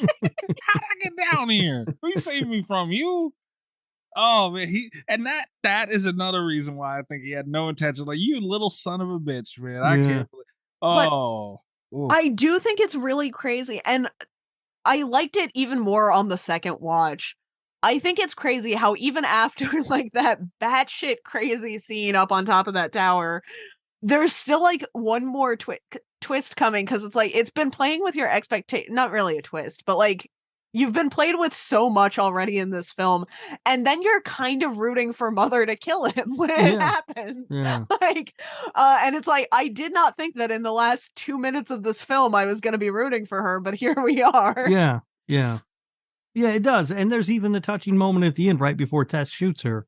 Yeah. That, and you kind because, of feel bad. You do, because I mean, look, yes, she's a scary monster thing, but it's not her fault. No, and she's trying to protect Tess. Yeah. Her baby. Baby, however she says it. Yeah. That's so weird. I there's a lot going on in this movie. I really thoroughly enjoy the hell of it. I think I've seen it 4 or 5 times now. Oh wow. And it just it never disappoints. Like, I just enjoy it every time. I can see this being a rewatchable movie. I was worried it wouldn't be after I saw it in the theater. I really loved it coming out of the theater, but I was like, well, now I know. You know what I mean? Right. And I don't know that it doesn't have that, obviously it doesn't have the same sort of surprising effect on me as it did when I first saw it in the theater, but it's still just as entertaining. And there's still a lot to unpack. It's still like there's a lot going on. Yeah. Great kills in this movie, by the way. Oh, I love the kills. There's not many, but the ones we do see are great. They make them count. I looked it up. I think the body count was listed at 5. My favorite is the homeless dude when she rips his arm off and beats him to death with his own arm. His ass with it. Yeah, that's crazy. But I mean, the Justin Long kill is crazy. Bill Skarsgård, that's pretty crazy for what it is. It's not elaborate or anything, but it's just it's brutal. Yeah, and it comes out of nowhere. It's just That's the only ones I can think of. We're missing 2 other ones. The Frank, I guess. Frank, yeah. That one's I don't know who the 5th is. But yeah, the homeless guy death, because at first she's just tugging on his arm and you're like, oh, it's gonna be like injured. Yeah. And then she keeps tugging at it and you're like, oh, that thing's coming off. He's gonna bleed to death. And then she doesn't wait for that to happen and you're like, what the fuck? Yeah, I don't recall ever seeing someone beaten to death with their own arm before, so. That's one of those things that like you see on like what is it, like mantis shrimp or something can like regrow their arms, and I don't know, like it feels like a Discovery Channel Animal Kingdom nonsense thing that you see. I had never seen it in a horror movie to such an effect. Yeah. It's a thing in like zombie films, I feel like, but not with like real live human people. That just I sort of feel like his arm's not coming back. No. No, that thing's gone for good. And it wouldn't matter if it did. What did you guys think? Because obviously your first question when you see Mother, you're like, "What the fuck is that?" And they give you an answer later. It's like, he was having sex with the who it was his wife or his daughter at first. How did it start? It was It a woman started with a woman he kidnapped. he kidnapped. Oh, yeah. right. Okay, right. And then with the children and all that, crazy story. What'd you think? Because it's just like a one of those. What's those movies? Goddamn, I'm blanking. Wrong Turn. Wrong Thinking about Turn. Wrong Turn? Yeah, it's a wrong turn. What do you guys think about that being what she is? I'm fine with it. I I mean, it's there are things that is it realistic? No, but Right. yeah, I don't care. That's not what I'm here for. That's right. Yeah. Cat, it worked for you. It really worked for me, and I think Wrong Turn is actually one of the reasons why it did. Right. Because I feel like there are other movies like this also. Yeah. Like The Hills Have Eyes, and just where that we have like this. Usually, it's like an like a Southern thing. I feel like we see this in a lot of Southern movies, but there's like the very inbred, almost monstrous family that we see, and but usually and again, especially I think in Wrong Turn, there's like that one really pretty daughter that like has been through all the same levels of incest as the sons, but she's like, she lures everybody in. She's like, I'm gonna go talk to the hitchhikers and they're gonna get killed by my brothers who should share more genes with me than they seem to right now. And I kind of liked the subversion of this where it was like, yeah, it does have the thing though where like all those other movies where it's like the inbred weirdos have like super strength and speed and stuff, and I never understood that. I'm always like, I'm no geneticist, but I feel like that would be kind of the opposite, right? Yeah. Like at least she's taller. Like again, I don't think it makes it more realistic, but I think it kind of puts her strength into context. Like, because usually they're like kind of smaller dudes, right? Yeah. That just happen to have super strength, where it's like she. Yeah, but that it doesn't. There's nothing about the character Mother that bothers. It's fine. It's whatever. I also really like the way I really like the way that they described it as like a copy of a copy. It weirdly reminded me of the BoJack Horseman episode. I don't remember that one. Xerox? No, I don't remember. I think it was called. But like because they kind of had a visual in that scene also where like they actually show, and I think it's a picture of BoJack that they use that gets like, they keep Xeroxing it and it gets more and more distorted.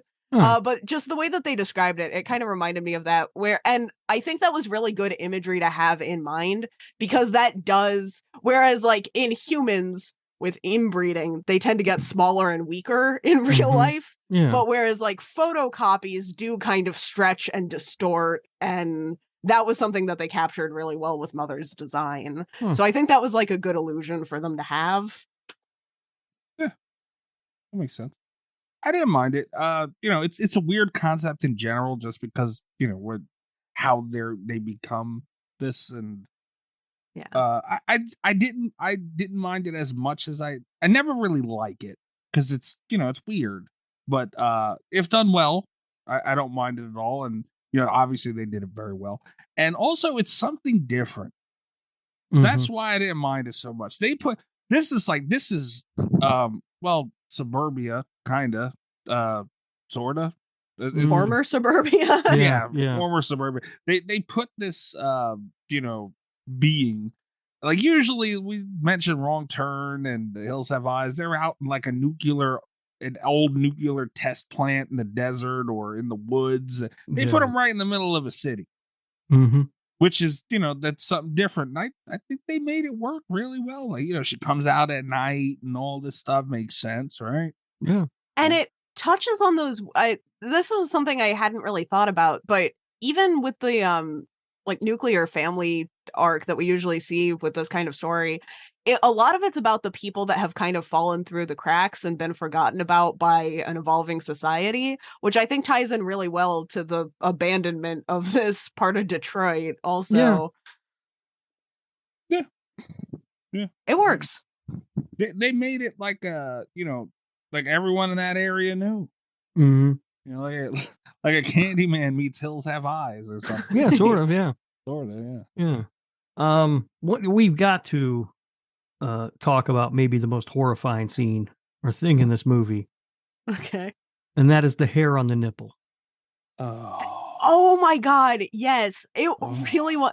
I don't remember the last time I've been that viscerally disgusted by something in a movie. Yeah. Because it's, and again, the juxtaposition in this movie is incredible because it's something very simple where it's like, usually in these scenes, you have to drink something really gross or you're being tortured or, you have to like wade through the sewers or, there's a lot of very gross imagery that we typically associate. So on the one hand, it's like drinking milk should be a really normal thing, but also it's so fucking gross. It is. Like that suddenly you're afraid of drinking milk. Like yeah, and I mean I get like Tess keeps telling him just drink it, and that seems like it would please Mother and then things would, they would be left alone or whatever. I don't fault him for not drinking it. I don't either. And I don't think I would. And it's so effective because we don't get to see how she gets conditioned to think that this is normal. Mm-hmm. Like we miss all of that. All of those steps with her are just gone. And it's like, yeah. And especially because she's kind of germophobic also. So that's a pretty radical transition. Yeah. Yeah. In whatever amount of time. I mean, we're not really given an amount of time that she's been down there either. No. Yeah, I remember thinking that too, man. Like she figured out the code, just act like a baby, give it. Man, I don't know if I could do it. And you as we're watching these movies, you look at a character like Justin Long, and you're like, dude, just shut the fuck up. I don't blame the guy, but I don't blame him. No, Like, I don't either. I mean that with the hair on the nipple, and that also, was disgusting. and also, even if that hair is not there, that's got to be her breast milk, right? It's almost gotta be. I mean, where she ain't going to the store and getting milk. Why you gotta even? It's bad enough. You broke I'm just Mikey. saying, she's not going to. She's not running down to the corner store to get a gallon of milk. That was one of the most disgusting things I've ever seen. Like just everything about it, the hair on it, the nipple itself was like, just. And kind of like Kat said, milk is. I love milk, by the way. Very delicious. Milk is disgusting. Milk. But even someone coming from someone who enjoys milk very much, man, I see how it can be disgusting. I get it. Yeah, what if so that's the thing is it's like if someone was like to survive this horror movie situation, you have to cut off your leg, you have to crawl through the sewers. Third guy, you've got to drink some milk. And you're like, what? That's the easiest thing in the world. And then like you actually see the tasks and it's like, I'll take a saw, please. Right, like yep. Which way is that shit pipe? Where am I going? Like, yeah. Next time you sit down with a nice glass of milk, Mikey, I want you to think of that. Ah, damn, man. Even if I'm drinking milk and like, how sometimes like, a little drop will roll down the corner of you. Like if that happens when I'm drinking milk, I feel fucking disgusting. Yeah. It's gross. I know it's gross. I think about what it looks like. It's nasty. Yeah. No one wants milk like that. Is weird. Mm. I don't know. Ugh. The only other thing that I had noted was maybe the funniest to me moment in the movie is when she boops Justin Long's nose. I missed that the first time. I don't know how. I just about lost it today. She boops him like right on the fucking nose. So funny. Oh my god. Oh my god. Yeah, amazing. Goddamn. I don't even know if I call it that. And she thinks it's gonna calm him down. Right. And Yeah. It's right after the he doesn't drink the milk, so she takes him to breastfeed him. Oh god damn. And when she lays him on the floor and he's kind of fighting with her and she pulls him back and then she just goes boop right on the end of his nose. It's so funny.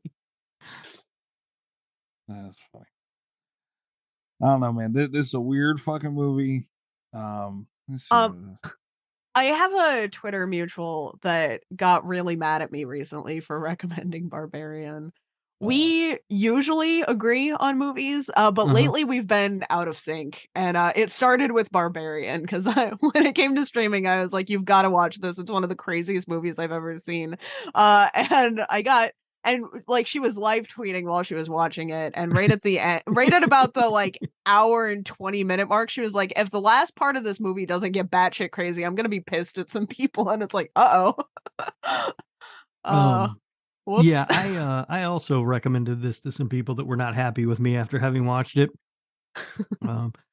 We're even though, because she recommended Smile. So Oh, well, there's like, that. Yeah. Greg really likes Smile. that doesn't surprise me If that somehow. tells you anything. Yeah. Yeah, I recommended this, and I'm kind of having on a bad luck streak with these people too, because I recommended this, and I also recommended Wolf Cop. Oh, that's just their fault. That's on them. They have no right to be mad. It was the werewolf penis that really pissed them off. Oh, wow. Yeah. Nice. Maybe I'll watch it. Give it a try. Oh, man. I'm really worried about Mr. Cat's boyfriend. By the time he listens to this episode, he'll have heard it. But I cannot wait to hear back. We've also been on a bit of I'm on some thin ice here, and I might just crash through with this one. I don't know. Well, the last thing I know you made him watch was Funny Games. Yeah. Well, I made him watch Snakes on a Plane, but he liked it. Oh, really? That was my apology for Funny Games. I didn't even like Funny Games. What's wrong with him? Cat, what the hell? He liked it, but he was scared. He was uncomfortably tense. Okay. And he did tell me after, because I keep making jokes about him not liking it and being mad at me, and he's like, the thing is that it was good, but I never ever want to see something like that again. And it's like, yeah, all right. It's so boring. It's so tense. I don't know what your problem is. I don't know. But yeah, one of the first things I was like, "Do you want to watch a movie?" And he's like, "Sure." And then like a couple minutes later, I got a text back, and he's like, "What are we watching? What did I agree to?" And I was like, well," and he's like, "Is it as bad as is it as what was the word he used?" He was like, "Am I going to be as tired as like at watching Funny Games?" And I was like, made me tired too. Emotionally tired. It's a tense film, but yeah, and then I was like, no, I laughed out loud several times in Barbarian. Oh yeah, it has some funny stuff in it. Oh yeah. I'll tell you what too. One of the things that I wish they would have explored a little further were those tapes. Because you see dude looking at him in that little room with that fucking guy. That I can only imagine. And Justin Long did a great job, because after he watched, he's trying to help the guy right before, yeah. and it's like, oh, he immediately assumes that guy's another victim. Right. Yeah. But then he sees whatever, like his reaction, like he turned around in disgust. He's like, what the fuck is wrong with you? Who knows what he did? Yeah. I'm kind of glad they don't show it, to be honest with you. Because I think it's scarier to imagine, and just the names of the tapes. Oh, God, I mean, they're like Redhead. Like they don't have like real names on them. It's just Girl from Gas Station. Wasn't one of them very fat? It may have been. There's a lot of them. I didn't catch all of them. I know one's like Won't Stop Crying. Oh, you know, just I mean, just you can only imagine what's on those things. And I think if we see that or anything, and it's not going to live up to what is in the imagination. That's very fair. So I think it was a smart play not to show us what was on those tapes. Even the one that Justin Long plays, we don't see. We just see his reaction. And his reaction speaks volumes. Yes. Yeah. Justin Long is a very good actor. He is. Yeah. I never realized that. And then I watched this movie. You didn't get it in Tusk? I was like, this guy's a pretty good actor. I don't know that I've seen him play this kind of asshole before. I don't think I have either. Yeah, I feel like when I see him in movies, and maybe I'm wrong, but I feel like every time I see him in a movie, he's like, the good. He's just a good guy. You know, he's Tom Hanks. You know, just a good dude. And so seeing play something like this was a little bit different, and he was very good at.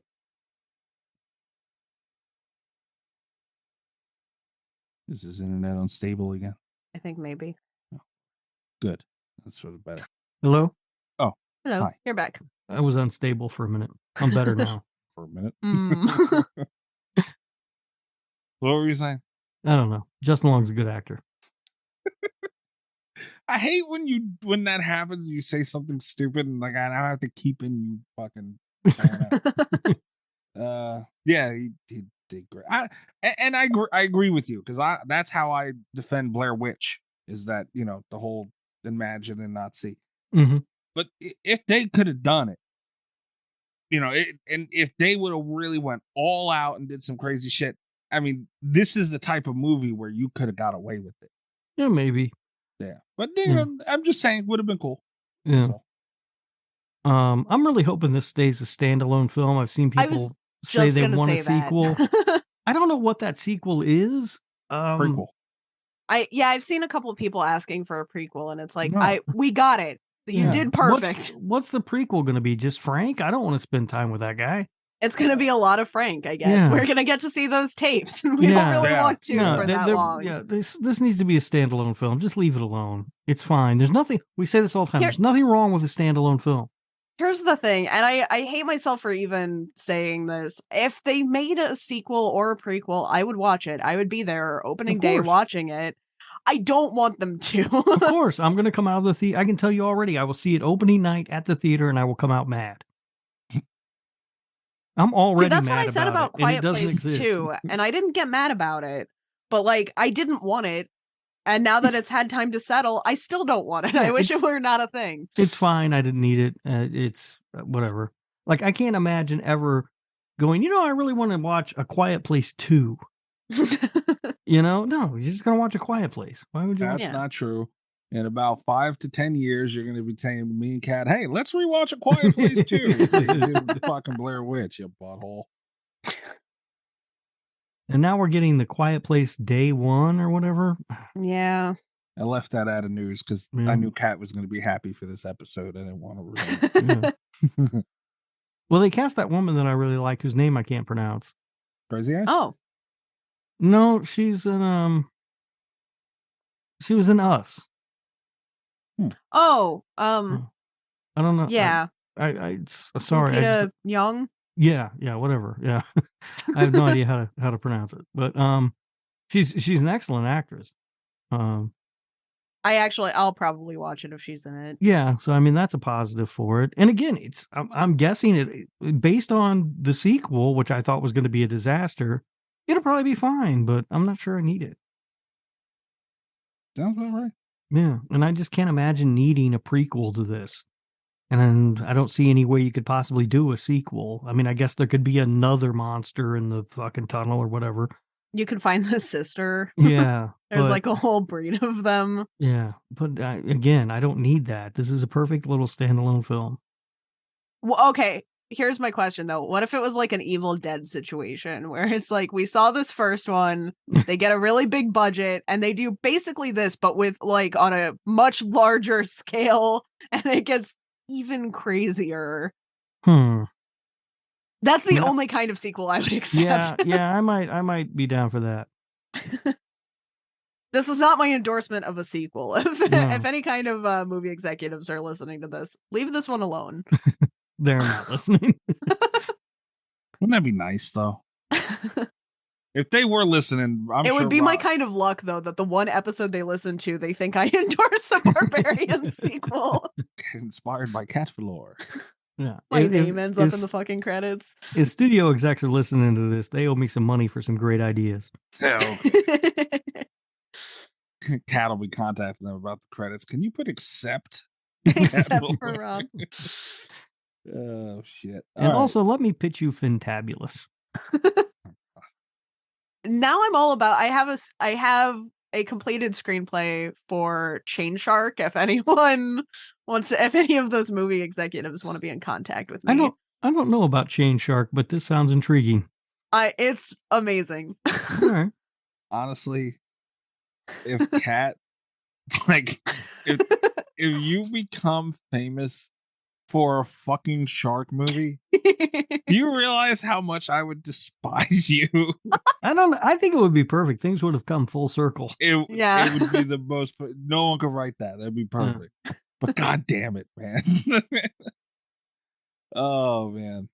All right. Do you guys want to? Do you have anything else to touch that we didn't? No, I think we hit No. everything that I wanted to. I've got scores and reviews. Yeah, I've got a little bit of trivia after that. So. The scores are a little bit there's a little bit of a gap here. It's not as bad as like a couple weeks ago we had one that was like a 40-point difference, but the critic score, the official tomato meter for this, is 92% certified fresh. Okay. The audience score is 71%. I'm a little surprised the audience score is that high because this has been a really divisive film. It's been pretty divisive. I've noticed a lot more people saying they like it. Yeah. But like the ones that don't like it seem very passionate about that. Yeah, I guess it's sort of like this has been divisive to the level of like Halloween Ends, except that one seems to be leaning more towards people who don't like it. Yeah. And this one does seem to be leaning more towards people who like it. But I mean, yeah, there's a very passionate group of people who really hate this movie. That's still a 21% difference though. Yeah. Like it's not nothing for Rotten Tomatoes. The IMDb score, I think this might be a first actually. We have a 7.1 out of 10, which is exactly the same as the audience score from Rotten Tomatoes. Wow. So audiences are pretty consistent about this. Or the same people who voted on Rotten Tomatoes went and voted on IMDb too. Possibly. I don't know how. But a lot more people voted on. Actually, it looks like more people voted on Rotten Tomatoes for this one. As for reviews, I have a couple. This was one where I liked the review titles, I think, more than I actually liked the reviews in a lot of instances. There were some pretty good titles in here. My favorite though is what we're going to start with. 1 out of 10 stars. Barbarian. Wow. And that's really all we need to talk about from that one. That's perfect. That's good. We got it right away. We understand where they stand. That's a good one, yeah. On this movie. The most scathing review that I found for this one, 1 out of 10 stars. Ugh. Duped by 10-star reviews. My son and I went to see it at the theater and afterward agreed that we probably could have seen literally any other movie playing right now and it would have been better than this mess. I feel so duped. I'd read the reviews and was hoping it would be a very satisfying horror flick. It is probably one of the stupidest films I've ever seen, with a nothing burger for a plot and all of the characters doing things that are so ridiculous they don't even qualify as horror trope dumb. They have reached all-time low levels of dumb. Not to mention that there is seriously zero reality to the plot. I don't mind suspending disbelief if the story is good, but the story is severely lacking, and you basically just have to imagine the whole thing taking place on another planet, as nothing about the central plotline in this movie would or could happen in real life. Nothing. Absolutely one of the most absurdly unrealistic plots I've ever seen. Do not buy the hype, and definitely don't waste your money seeing it in the theater. If you insist on seeing it after reading the bad reviews, wait until it's streaming so you can save yourself $30+, and then all you'll be wasting is your time. Damn. Wow. Got a candy bar for that one. And I hope their kid is like 8 years old and needs tons of therapy now. He would. You can't call this a mess. I don't know why I called it a mess. No. That's not nice. I found one. It does not have a rating, but it's called I Get It in quotation marks, but still hate it. Wow. And then the review pretty much just lists what they felt were plot holes in the film. Mm-hmm. Who built the tunnels, who is the mother, all of those tapes. All of Detroit was booked for a convention. Flashback was 1980. How many generations, quote unquote, could be fostered since then? But all right. I did want to bring that up actually. Okay. Because I thought about that. It's the flashback is to the 1980s. Yeah. But when we see him go into the house, he already has a woman trapped. Yes. Right. So that's not the first time he's done it. There could be multiple generations because who knows when he started. Right. And it's not really so much about generations; it's more so copies. Because Yeah. I mean, you're talking 30 years. I mean, I don't want to get into it, but it's possible. Yeah. You know that the line got pretty deep. Who was the neighborhood watchdog guy? Why would he stay there? Who survives a gunshot wound and a fall from a likely 6-story water tower? The raving Rotten Tomato reviews fascinate me. Yeah, the director grabbed at a bit of Psycho, Texas Chainsaw Massacre, Blair Witch Project, etc. But why are critics fawning over this? And then after all of this, their final thought is just meh. Which actually seems fairly generous considering all the complaints. I feel and the mad lack of about their rating. opinions. This one, 2 out of 10 stars. It's just titled 2-star at best. And then the line that I wanted to read from this, it goes on for a little bit. It covers kind of the same things, the generational things, the why would you go back down there, the convention, all that stuff. But it ends with a thought that I really wanted to pitch to you guys. Maybe this is the new Rocky Horror or something. Which is not at any point a vibe that I got during Barbarian. What? Meatloaf's not even in this. I like Rocky Horror too. What the hell? I don't. Rocky Horror is terrible, but no. Classic. Ugh. This one I saved exclusively for the title. 6 out of 10 stars. You're gonna lose your life in Detroit Rock City. Oh my is god! The title of this one, and I just couldn't pass up the opportunity to bring Kiss back onto the show. Yep, they are icons. Yeah. Thanks. And then the good review. 10 out of 10 stars. There is nothing like this. There is nothing playing like Barbarian. It is absolutely terrifying while also having some laughs in between the craziness. I personally like that because the comedy blended itself really well with the horror aspect of it. The actors were superb. I love Bill. He was fantastic in It and It Chapter 2. He was fantastic in this movie. Justin Long, for me, though, stole the show. I'm a huge fan, and lately his roles have not been huge, so I'm glad he's getting the recognition here he deserves. There's not one dull moment in this movie. It will have you on the edge of your seat the whole time. Definitely the horror movie of the year, hands down. All capital letters, several exclamation points. Huge fan here. Well, I guess that's a big claim. Horror movie of the year. In this year specifically. Yeah. Cat leaving reviews. Shame on you, Cat. You know I wouldn't say that in the year X came out. That's fair. Yeah. This would have been my movie of the year 2021. Last Night in Soho might have been. Yeah, I picked Last Night in Soho last year. I don't think this would have topped that, but this is going to be close. I mean, it's going to be up there. Interestingly enough, this last review that I read, it was the only 10 out of 10 star review that I found on IMDb, even though it has pretty high rating overall. Okay. Not a lot of people that left reviews. Yeah, I don't leave reviews when I do that. You know, just mark it and move don't on. Either. Yeah. I don't even do that. I just watch it and move on. Like I never leave a review on Letterboxd. I mean, I have in the past, but not very often. I should. I keep thinking I should because sometimes I'll give a movie a rating and it's like, why did I like this? Yeah. Why is this 4 stars? I don't even remember it now. Yeah. All right. You ever Yelp, Rob? No. No. All right. Are we ready for trivia? Ready. This had a budget of $4.5 million. It grossed almost 41 million in the U.S. and Canada, and almost 45 million worldwide. Richard Brake shared a story on Instagram. Apparently, he went to a late night screening of the movie, and he noted that there was a group of teenagers sitting a few rows behind him. They were really into the film. They were very terrified of it. And when it was over, they were leaving the theater, and they used the flashlights on their phones, and the light accidentally caught his face, and they ran out of the movie theater. That's hilarious. Oh, that's amazing. This script started after Zach Kreger, who was the writer and director, read a book called The Gift of Fear, which encourages women to trust their intuition when confronted by obviously dangerous men.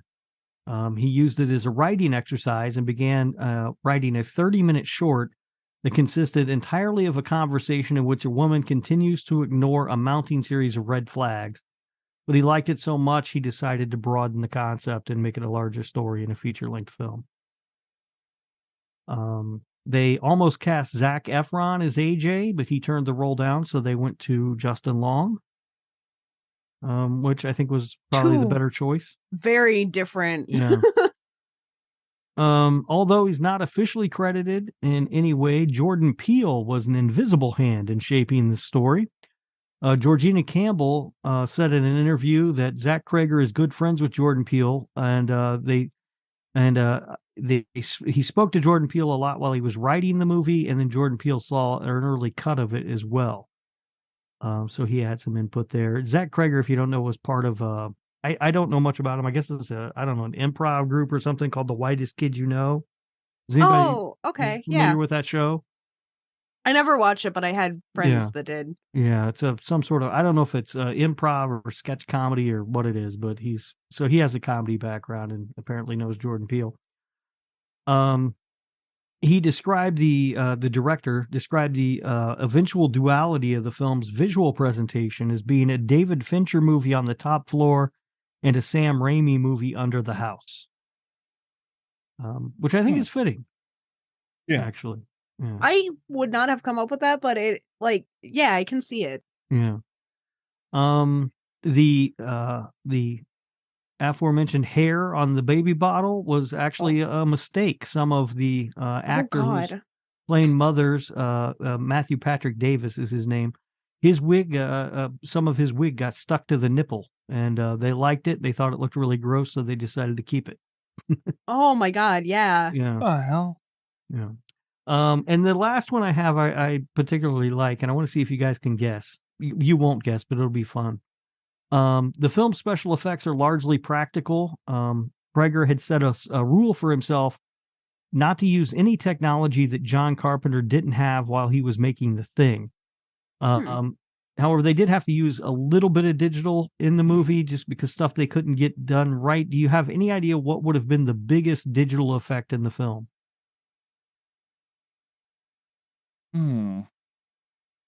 No. Her smashing his head against the wall? No. See, I would have thought her falling off the water tower. Yeah. But apparently, the biggest digital effect shot in the movie is the grass in the 1980s flashback. Oh, after apparently they made a bunch of efforts to grow it and to fake it, but all of them failed, and eventually they had to do it digitally. Huh. And that is the trivia for Barbarian. wow. That means it's Portnoy time. All right. I don't feel real confident about my Portnoy, but I did. This was, fun fact, the only note that I wrote for Barbarian. Oh, wow. Because I got immersed again. So I pretty much just have Barbarian 2022 and a Portnoy. That being said, I don't feel confident about the Portnoy. I'm just willing to go first. Okay. I gave it a 9.3. Oh, okay. I bounced all the fuck over the place for this one. I don't feel confident, but it is where I landed. All right. Damn. I'm not mad at that. I really love this movie. I said I've watched it 4 or 5 times now, and I still enjoy it, which is a sign of a strong movie. It's going to certainly be in my top 10 of this year, I would imagine, unless I happen to see something that's really spectacular. I think it's great. I've told everybody this, to me, is a combination of things. It is the fun, campy, good time horror movie that Malignant thinks it is. Yeah. And it's also a film that, when you dig into, is packed with a lot of layers and a lot of different themes and a lot of meaning. I think it looks great. I think the performances are fantastic. I absolutely love this cast. I give it an 8.7. First of all, I understand that, Portnoy. I agree with that. Also, you brought up Malignant, and that was something I actually wanted to talk to you about on the podcast. Mhm. Real quick, what if Barbarian had started? Because a lot of people don't understand my issue with Malignant. I think if Barbarian had been the same movie, but you had added like a 15-minute segment where we had seen Mother being born and everyone was uncomfortable and felt really bad for her mom, Mhm. that would have been the same like as Malignant. Because Malignant gets better, but it starts so uncomfortably Yeah. that I don't want to have fun after that. And like This is this one, it's tense, but it's never like gratuitous. right, but also with Malignant talking about wanting me to suspend disbelief. I mean, this thing talks to people through radios and electronic device. I mean, it just doesn't hold together. Malignant's a mess of a movie that thinks it's a fun, campy, good time, but it's really just a bad movie. It's bad. Camp and being campy and being bad are not the same thing. No. There's enough. This is. I think there's more to this movie than just a campy good time, but I also think that it hits on that level if that's what you're looking for. Yeah, I can definitely see that. Yeah. This was much. This is far superior to Malignant, Yes. and that's why. Yes. Fair. Oh boy. I'm going to land for Barbarian at a 7.4. All right. I think it was the movie was done very well. I think the acting was great. Where it lost points was, the things I mentioned earlier. Not that's not what dropped it to a 7.4. Not that I feel that's super low. But it's more so I'm worried about the rewatchability. It feels like a movie I should be able to rewatch and just kind of throw on like you guys are talking about you do with it. But the thing that makes me worry about that being a thing, and even just in general, is the whole what mother is. Mm-hmm. It's just a weird concept. It's not for me personally, it's not something I'm probably going to just keep throwing on. I could be wrong. Maybe I'll rewatch it and it's like it won't bother me. But like gross shit, it's gross shit.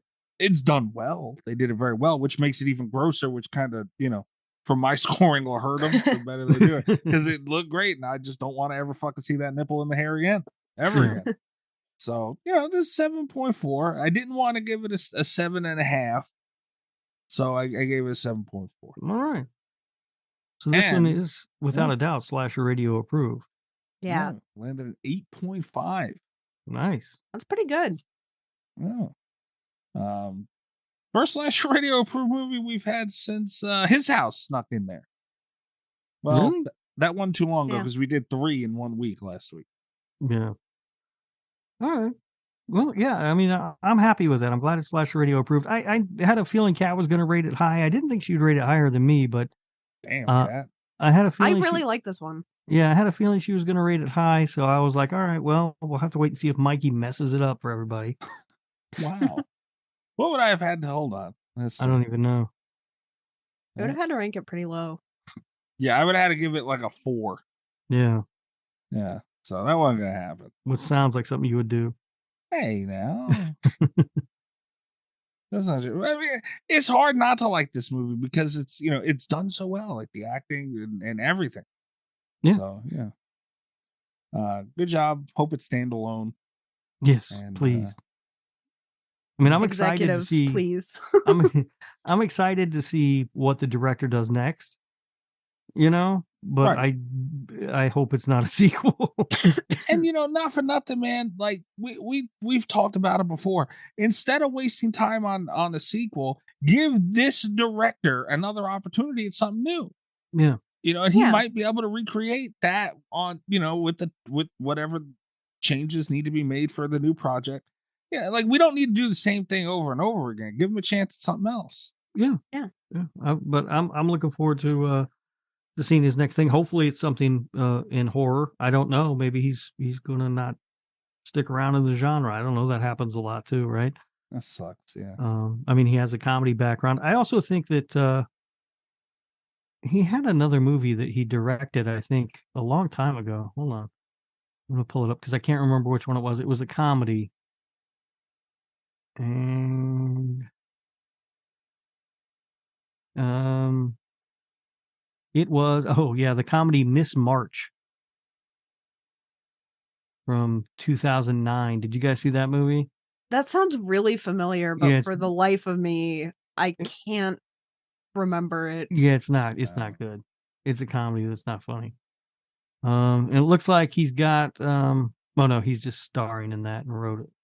He's not directing it. It's some sort of animated comedy thing coming out, but it's not really his. He was a co-writer. So anyway, I don't know. I'm excited to see what he does next. Hopefully he'll stick around in the genre. I mean, if he can make a movie this good in his first run, I'd like to see more. Yeah, I think that needs to become a trend. Instead of giving movies and time and time again, give the directors another chance, more so than the title. Absolutely. It's working out for Jordan Peele. Yeah, he's doing all right. Yeah. And this was the first thing I'd seen Georgina Campbell in, but boy, I'll keep my eye on her. Tess? Is that Tess? Yes. Yeah, she's got those crazy. They're not, the thing about her eyes is they're not super crazy, but there's every once in a while there's a little bit of crazy in there. You know what I mean? Yeah. That's kind of nice too. Yeah. All right, so that'll do it for this one. Let's take a look at the old schedule. You guys aren't gonna believe this. Mm-hmm. Oh no. But next week there's gonna be another Patreon pick. Ooh. Because we were late on last month, and Leah, I swear to God. Dude, what are you doing? Stop. You're targeting somebody. What's wrong with you? Normally, this is the part where Rob targets someone. I ask you guys to be nice, but honestly, you're just going to do what you want to do. Yeah, it's out of control. You know, I have no control over it. We'll accept what comes next week, I guess. Hey, you should be nice now. Now's the time to be now. Well, you're known for not. Bring it, bitches. Yeah, bring it, bitches. Yeah. Right. I don't even have the energy to say that anymore. They've beaten it out of me. I was gonna say toned you down with Thanksgiving 3, huh? Oh, God. I can't believe it's time for another one of those. Although I did tell you next week I might not be here. Do we get to postpone a Patreon episode if Rob's not here? No, I don't think so. If it's a bad movie, absolutely. We'll find out what gets picked first. No. I'm going to try. I don't know exactly what my schedule's where I'm going to be or what's going on. So I hope it's a shark movie, and I hope we get to watch it twice. We ain't doing it twice. No, that's not. I hope it's Santa Jaws. Everybody band together for Santa Jaws. We'll watch it twice. A new holiday tradition: Santa Jaws on Slasher Radio. No, I was so. I had someone asking for Christmas horror recommendations, and I came up with a list of like 5 movies that I like. And including like on that list, there was like Black Christmas, the original Black Christmas. Sure. There was Anna and the Apocalypse. Yeah. There was Deadly Games. And I tried to find a newer one. I found Advent Calendar. And then my last pick was Santa Jaws. Nice. And they had not heard of a few of those. They had not seen any of like the first 4, but they were so excited to talk about Santa Jaws. And I was like, yes, I love that this is the one. And then the people in the comments all day were commenting like on the original tweet about Santa Jaws. And it's like, I love that there's a community for this. I love that it's almost Santa Jaws season. Yep. She said Santa Jaws season. Yeah. I mean, that's really what it's about now. Forget Jesus' birthday. We're going with Santa Jaws. I'd be damned if I ever. That is Santa Jaws season. Oh my God. I'm gonna see if I can find like a Santa Jaws ugly Christmas sweater pattern. Yeah. You should like Santa Jaws, Mikey. He's got the Feliz Navidad tattoos. Maybe you'd like it more if you watched it again. I'm just letting you guys talk about this movie. Done, that's all. You can take your time. I'm not gonna do it.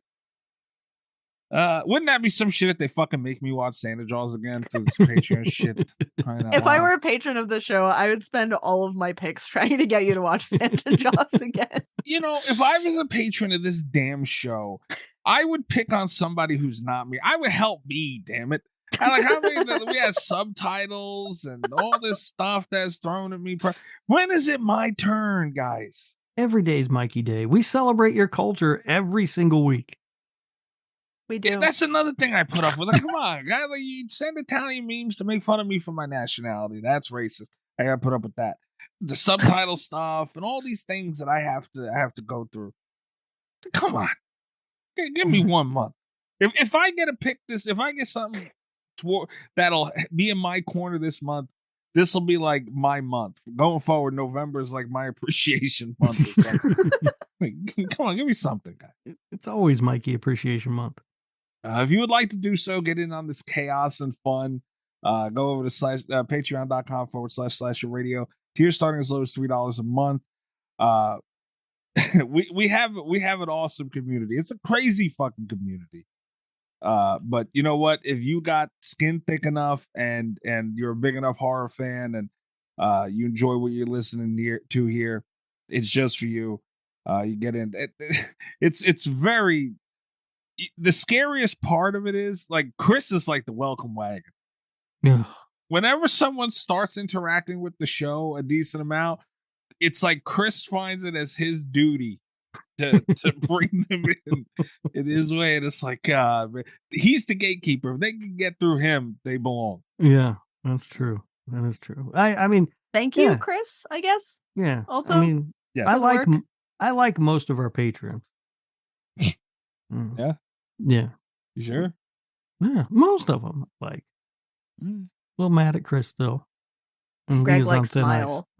Also, Greg has got a lot of issues. I missed his live tonight. I was in there briefly. I popped in long enough to hear him say that he likes Smile, but I was watching the AEW pay-per-view, so I eventually was like, nope, I paid $50 to watch this. I'm going to watch it. Did anybody say Cody Rhodes? Not while I was there, but again, I was only there briefly. I do it, and you know that's another thing. Like you told me, he hasn't sang once since. He hasn't sang it. I do it every time I go in there, and I get yelled at by Amber. Yeah, she will yell at you. Yeah, but he don't even sing it. No, the beautiful thing about when he sings it too is there's this real joy and glee that he gets out of singing it to irritate her. It's unbelievable. Like it might be the happiest Greg's ever been. You know what he does do when I say it? Because I want him to sing it. You told me he sings it every time. So I'll say it every time I'm in there.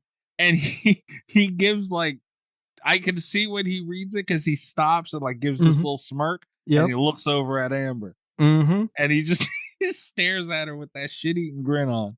Yeah. Wait till you get to see him actually sing it. It's amazing how happy he is. Come on, Greg. I'm going to be there this week, Greg. Come on. What the hell's going on here? I get my money's worth here. Go follow the show at /radio on Twitter. Mention the Patreon. Get over there and support the show. And I'm at Mikey's Dead. Rob, where they find you?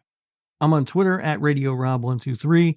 And you can listen to the other show that I do with Miss Kat Velour called This Horror Life, wherever you were listening to Slasher Radio. And I made a very special appearance on Friday Nightmares. We recorded it last night.